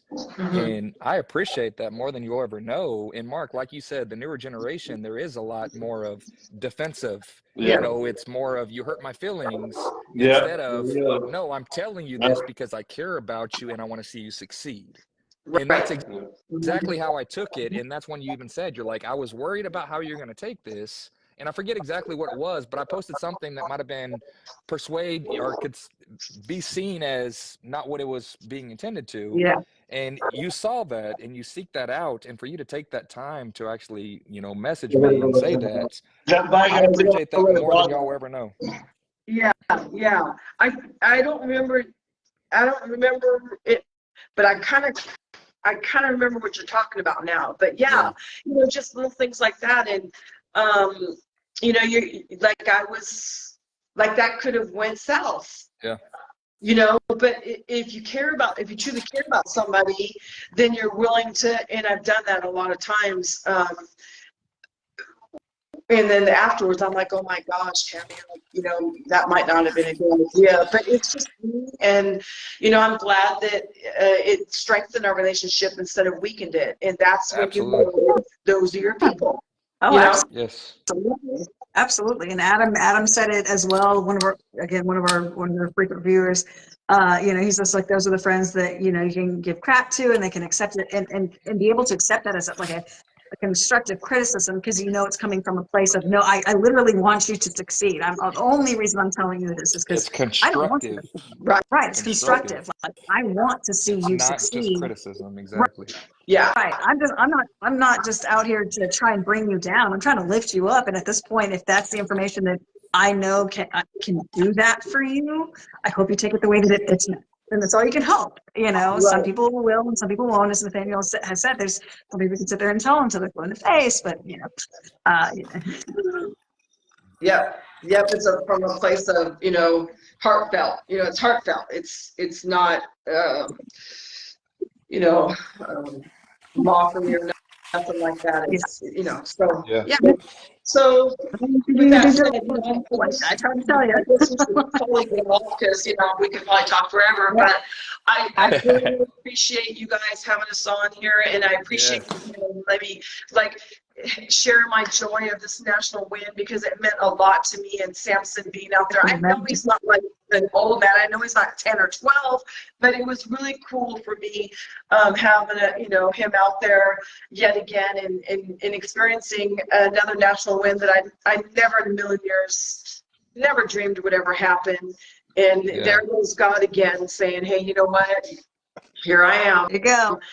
Every time you see a victory in our kingdom, you just look up and say, you know what? He's working in our life again. So that's what, you know, God first is really what matters to us. And I